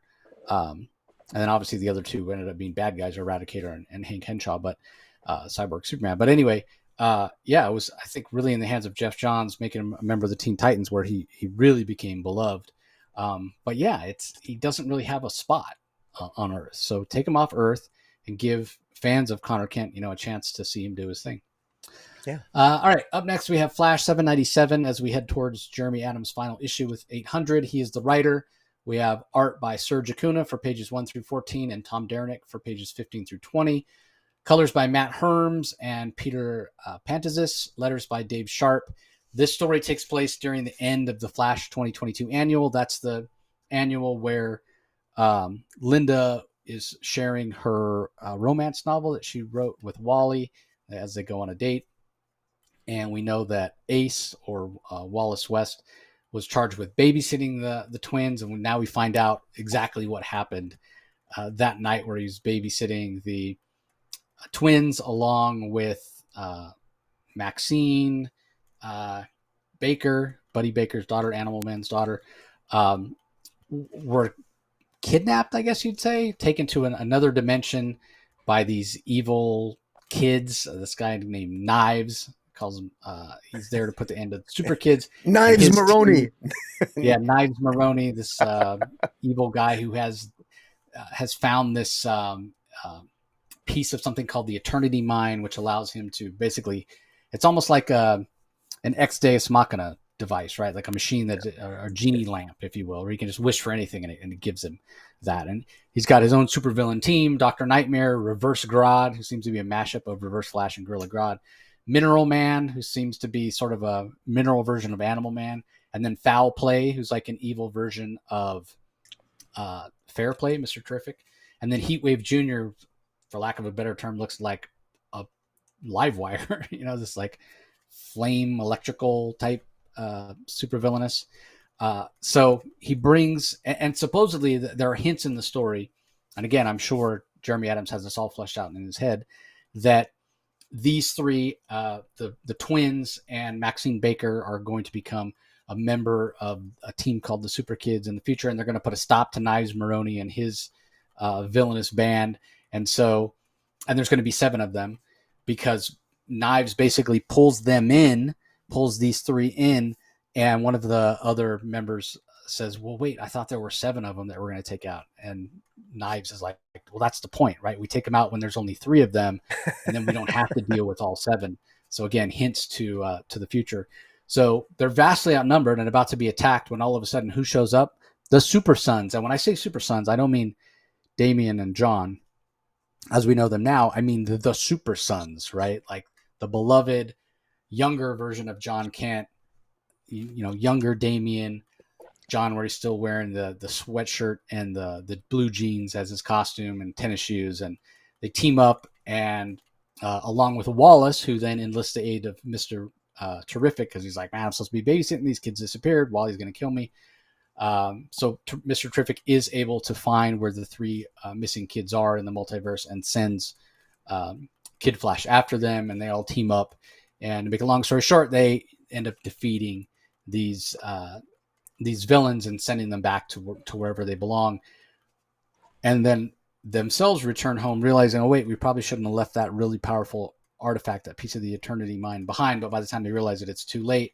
And lo and behold, who do we see walk up and pick it up but Granny Goodness, who says she could use a new recruitment tool, and it's to be continued. So I imagine it'd probably be continued into 798 and 799, because 800 will probably be more of a standalone issue as a special anniversary. But I would expect a couple more issues along this vein with the piece of Eternity Mine and with these younger heroes having to go up against Granny Goodness. So what I do hope is that we see this version of the Super Sons continue to team up with Jay and Irie and Maxine, and whether that's on Earth or on Apocalypse, I guess we'll have to wait and see. But leave it to Jeremy Adams, right? The guy knows because he's such a fan himself. He knows what fans want, and what fans want clearly is this younger version of John Kent. So here it is, everybody, the young version of John Kent, proof that that version still exists out there in the DC multiverse and stories can still be told with him. Yeah. And yeah, whether or not DC allows somebody to do that or not, I guess we'll have to wait and see. As far as the art goes, it is a little inconsistent with the two different artists on it. I felt like the Serge Acuna art in the beginning of the issue, I preferred that to the Tom Derenick art, just because the Derenick art, it seems inconsistent in terms of anatomy at times. Sometimes the anatomy just looks off to me. The proportions aren't right. So, but overall, their styles are similar enough that it's not too jarring. And I thought the color work was really strong as well. So, I mean, I don't know that anybody can look at that full page splash of this younger Damian, this younger John Kent, with John saying the Super Sons are here to save the day. Like, any Super Sons fan is going to be just overjoyed to see that version of John Kent back, and a story with starring the Super Sons. Again, it might feel a little fan service, but it works. Jeremy Adams continues to do a fantastic job. What this issue should have been called? This should have been the first issue of Young Justice. That's what they should have been. Because the Young Justice, the whole point, and I've said this before, and I thought this is 2 or 3 years ago. I thought that's where DC was going, was that they were leading toward a brand new Young Justice team, a Young Justice team, and this is you call them Super Kids. No, this is the new Young Justice. But they call them Super Kids in the story. That's I realize that, but what. And that's all well and good. I mean, it's, call them what you want. I mean, the thing is, these characters are fantastic. This is the youth of the DC universe. And so take them out of their, let them have adventures in the multiverse where they're this young, where, call this a Super Sons team from another Earth, and have these Super Kids team. Call them Young Justice. They're the new Young Justice. Get rid of all that garbage of Fitzmartin. My God, this is the brand new Young Justice. That's what this is, or whatever. Call them Super Kids if you want, but this is fantastic. Jeremy Adams gets it. This was so much fun, as you said. And also this fits into the continuity of the Super Sons, because this takes place, there was a scene, there was a 12-issue Super Sons series where they battled Rex Luthor. and there was a time where they were sort of hop and skipping and jump from different multiverses, and we never saw all the universes that they jumped to. Well, now we know that this was one of them. So Jeremy Adams does a little bit of his own homework here. And it works because I know no editor helped him out on this, because the last thing you want to do if you're a writer at DC Comics is ask an editor for help, because you might get it. So, kudos to Jeremy Adams for just writing a fantastic story. And, the story, I mean, it just puts a joy in my face. And I actually think he outdoes Jeff Johns on this. Then I enjoyed this more than reading the Lost Stargirl and the Lost Children, which I'm enjoying Stargirl and the Lost Children, don't get me wrong, but Jeremy Adams, man, fantastic job. This is just plain fun. Frankly, I wanted this to last longer than it is. I would have loved for this to last longer. There's character work here, there's action, there's humor, and the way these kids get, the way they interact with each other, it's just so well done. And this is like Adventures in Babysitting, of course, superhero style.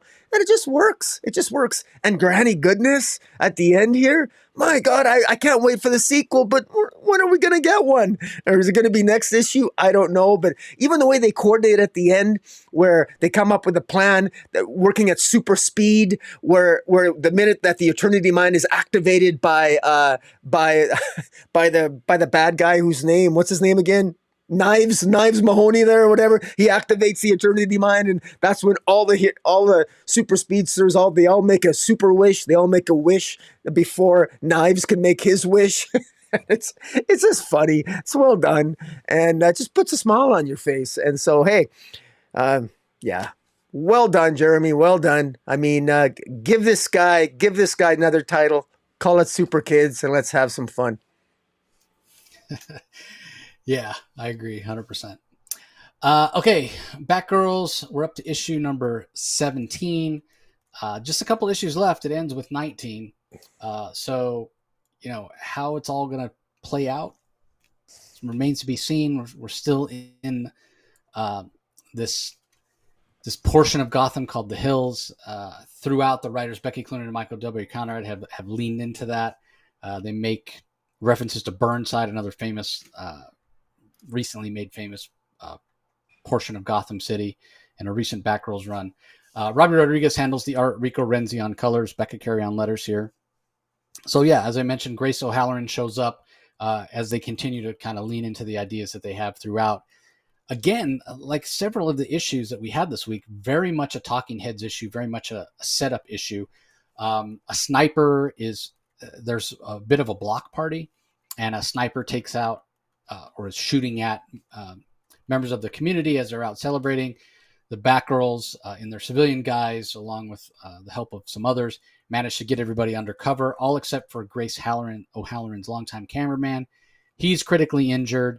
And then the GCPD show up, and Renee Montoya, commissioner, is wondering how the Batgirls always get there ahead of them. Well, clearly because they're residing in that area of the city. So, yeah, I'm not 100% on board with this characterization from Montoya. She doesn't come across as particularly smart.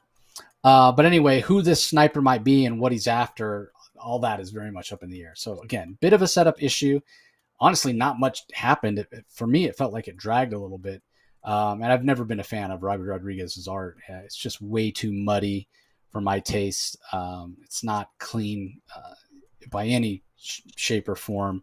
He tries to use a lot of textures with, these interesting digital brushes, but it just ends up looking like the whole thing is dirty to me. I suppose it fits in with the style that we've had in Batgirls a lot. I mean, early on, that Jorge Corona ink splatter. This is not so different from that. So it certainly is consistent with the art that Batgirls has had for the majority of its run. But I haven't enjoyed that art for the majority of its run. So for me, yeah, this was just kind of a meh issue. Was a bit of a chore to get through, to be honest. So I am hoping it goes out on a high note, though. But overall, just wasn't a big fan of this start of this story. What did you think? This is my second favorite issue out of the entire 17 issue run. My first favorite one was the one with Lady Shiva having that conversation with Cassandra Cain, although it was really Stephanie and her body or whatever. But in any event, I actually like the art. This is my favorite art of the entire series as well. I like Robbie Rodriguez. I like the fact how he experimented here.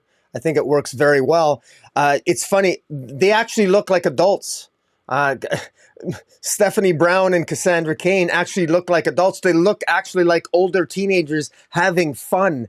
And they don't look like children in pajamas, swinging through Gotham, which never made any sense. They're like look at the two 12-year-old Batgirls swinging around. I mean, the art was just, as I said, I'm sorry to sound like a broken record, but too many issues. The art never matched the story. And here, it's kind of funny in the course of 17 issues. If you just look at the art, it looks like Cassandra Cain and Stephanie Brown aged from 12-year-olds to 17-year-olds. But I like this. This actually, they look like older teenagers here. I think that the is it the Clunrads that actually wrote this one? Oh, it is. Yeah. And I think they're finally getting into their own. Just when they're finally starting to get going here, the series is canceled. I like the plot here. It's finally a little bit more. It's there's some aspects with the dialogue here which might be a little off, but for the most part, I like the fact that we got a sniper. I like the fact that this is serious stuff. I like the fact that Batgirl, Cassandra Cain, she's extremely competent here. She's very good at what she does. The Batgirls, Stephanie Brown, she takes charge of the scene when there's a sniper attack on in the dance hall. Stephanie Brown is coming into her own, and so is Cassandra Cain. They both express a confidence here. They seem to have a rapport together, and I'm seeing this more now than I ever did before. I never saw it before, and I'll be very blunt. I blame the art. This was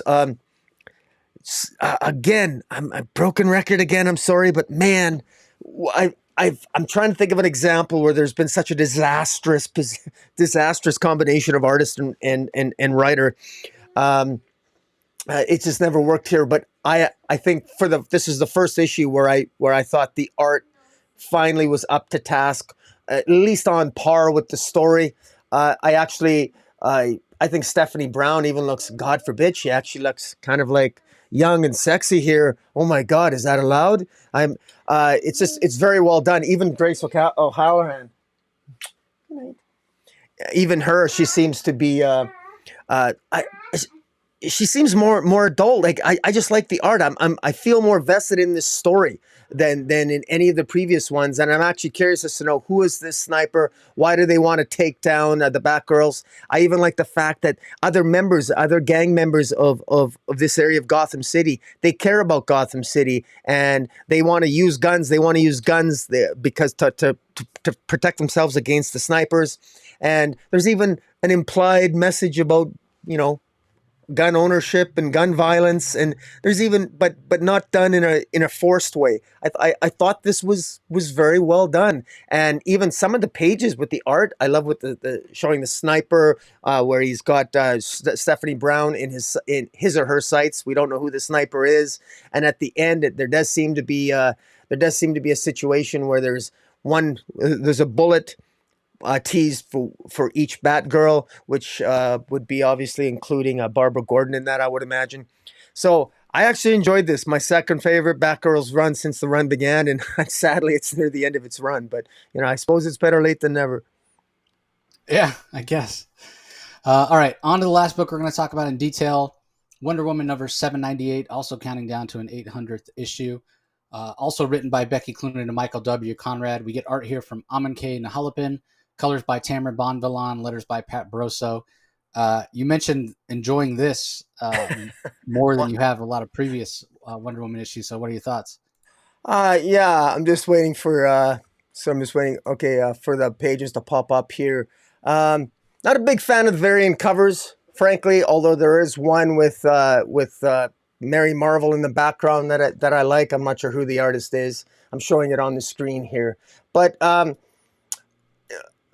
look, there's all kinds of things that are a little bit wonky with the story, but just a quick recap. We know that Hera is in control of the gods, and she's trying to utilize all the gods on the planet to convince them to basically create fear amongst humanity so that'll create more worshipping power, which will somehow empower the gods, and Hera wants to control them all.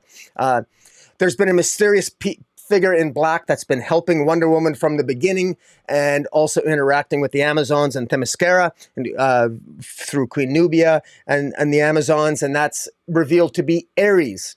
And Ares, of course, wants to help Diana because Ares has no problem fomenting war. It does war in any of its forms. If it's war between the gods and humanity, or humanity amongst themselves, or gods amongst themselves, Ares is happy because he's the god of war. And so, but Ares wants to help Diana because he just sort of liked the way it was before. He likes humanity rather than.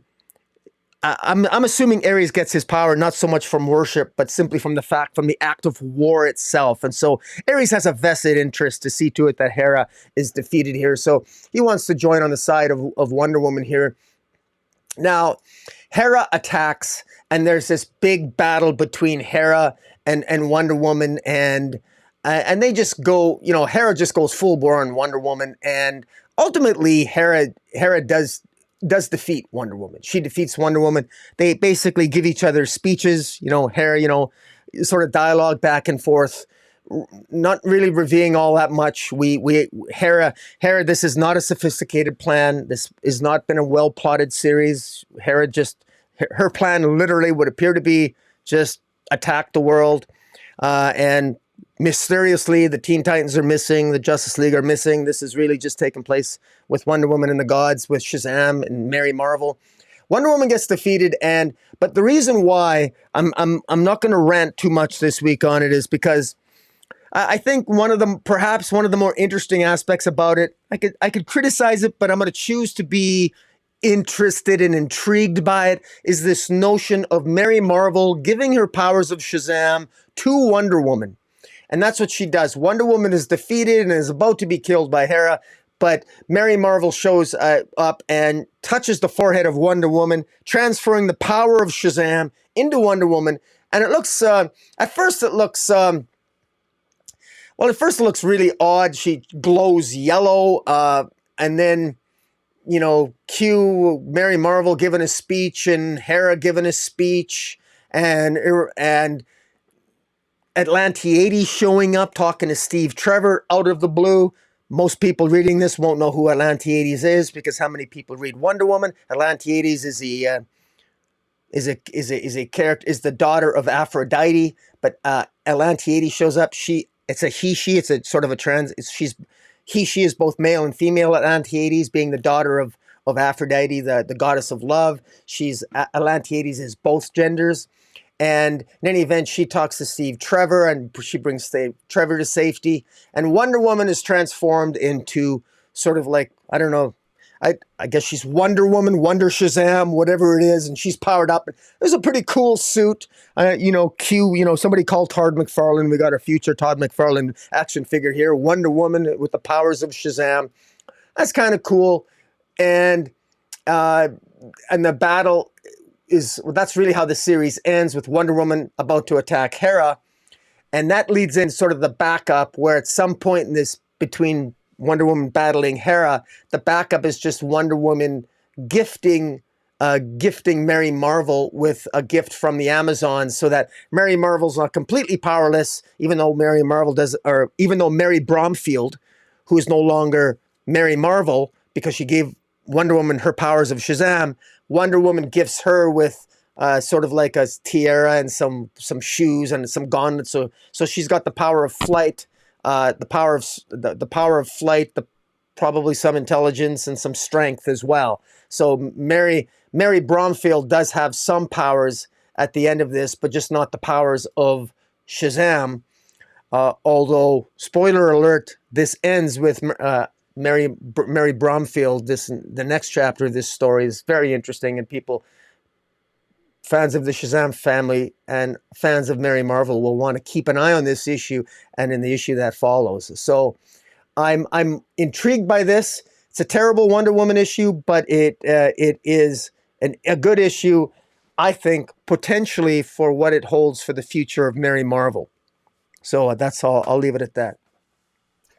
Yeah, I was kind of confused myself. So you wouldn't consider, because there's multiple references, right? Once Wonder Woman gets the powers of Mary Marvel, there's multiple references by several gods. Oh, Wonder Woman, you're finally a god, right? She gets the power of Shazam. We know ultimately the power of Shazam is, power bestowed by gods. Right. And so a Wonder Woman, you're finally one of us. You're finally a god.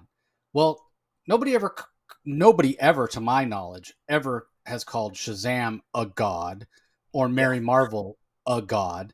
Yeah. They, reference them as having the power of the gods, but they're not gods themselves. So I guess I was just a little bit unclear why, when Wonder Woman gets this power, why is she considered a god? So that didn't really make sense to me.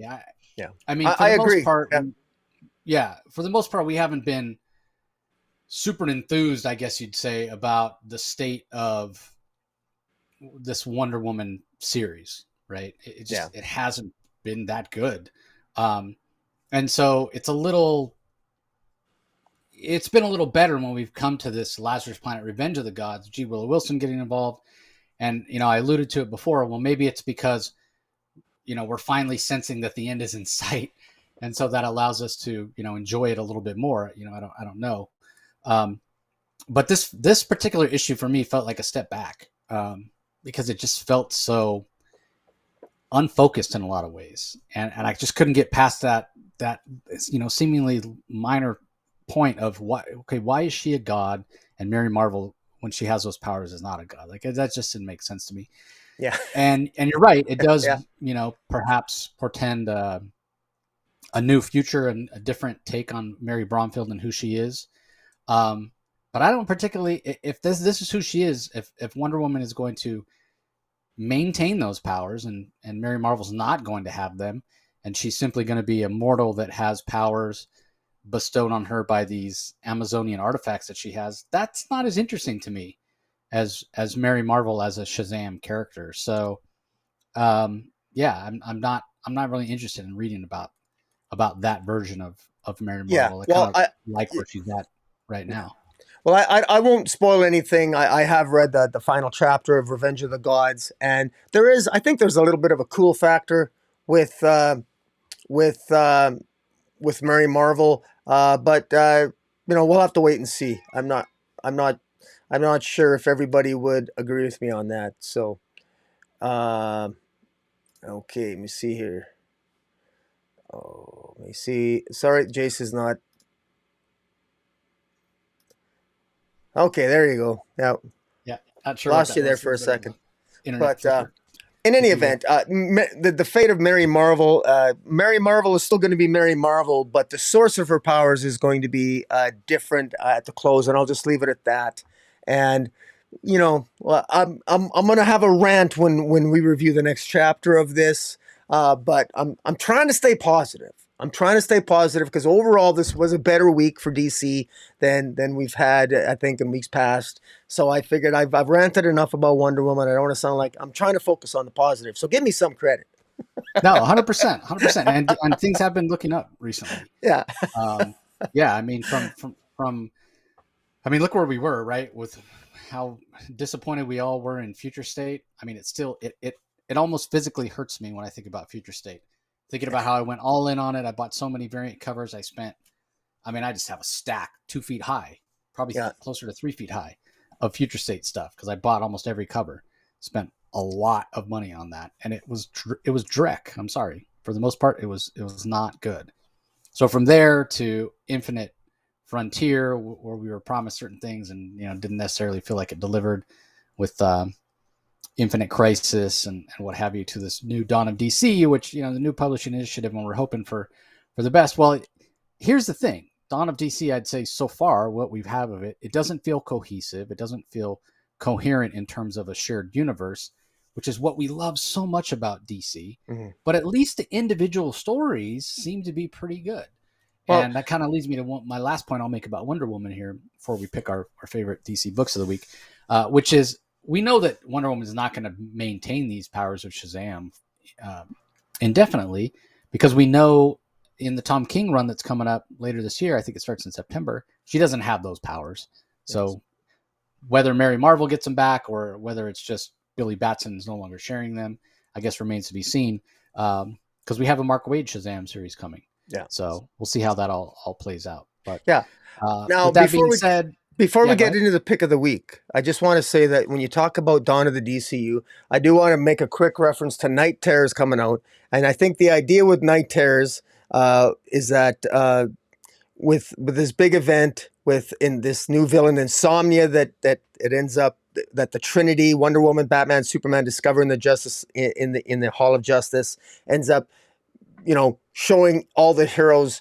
He's sort of like Joshua Williamson described it as Freddy Krueger meets the DC universe. And so I think the general idea is what as I have been told by others, in particular, a live stream I was on with Nerd at Newsstand yesterday, indicating that the idea in theory is to sort of try to unify more continuity-wise all the titles of the DC universe under one common thread storyline. There's like 46 different titles that will have the Night Terrors banner if over July and August. And hopefully this will be more successful than Future State and what what we've gotten in the past, because we know that all the DC writers got together and they bragged about and they talked about having more communication with each other and trying to focus more on knowing what's going on in the other books. Hopefully Night Terrors will do that. There's a lot of gorgeous variant covers as well. While I'm not super impressed with necessarily all the solicitations, I will say that the cover art looks absolutely fantastic. It's probably going to hurt my wallet a little bit because I haven't looked at some of them. So I just thought I would. I thought I'd give that a quick mention, and I don't know if you have any comments you want to make on Night Terrors or not. I'm just not very excited about it. I mean, I don't. Again, I've said so many times I'm not the biggest horror guy. I've come to enjoy horror comics more over the past 4 or 5 years than I did previously, and it seems to be sort of the I don't want to say the flavor of the month, but it seems to be the thing comic book wise that is doing the best in terms of sales. Where you look at things like Noctera from Scott Snyder, or Something is Killing the Children from James Tynion, House of Slaughter from Tynion. Dark Ride has been very successful for Joshua Williamson. It's not like this is his first go round with writing, horror. He's been kind of playing with it for a while now. So from that perspective, you could see it as sort of the inevitable, right? Like DC wants to kind of lean into that. But the idea of mashing DC up with horror, again, it just doesn't seem that interesting to me. So all I would say about it is I'm not looking forward to it. And whether or not it's because I got burned by Future State, or you can look at it that way or not, I won't be going all in on it. I won't be buying a ton of it. I'll be very, very selective, which is not my usual MO when it comes to these sort of things. So yeah, we'll see. All right. Anyway, all right. Pick of the week. What was your favorite DC book? Oh man, let me see here.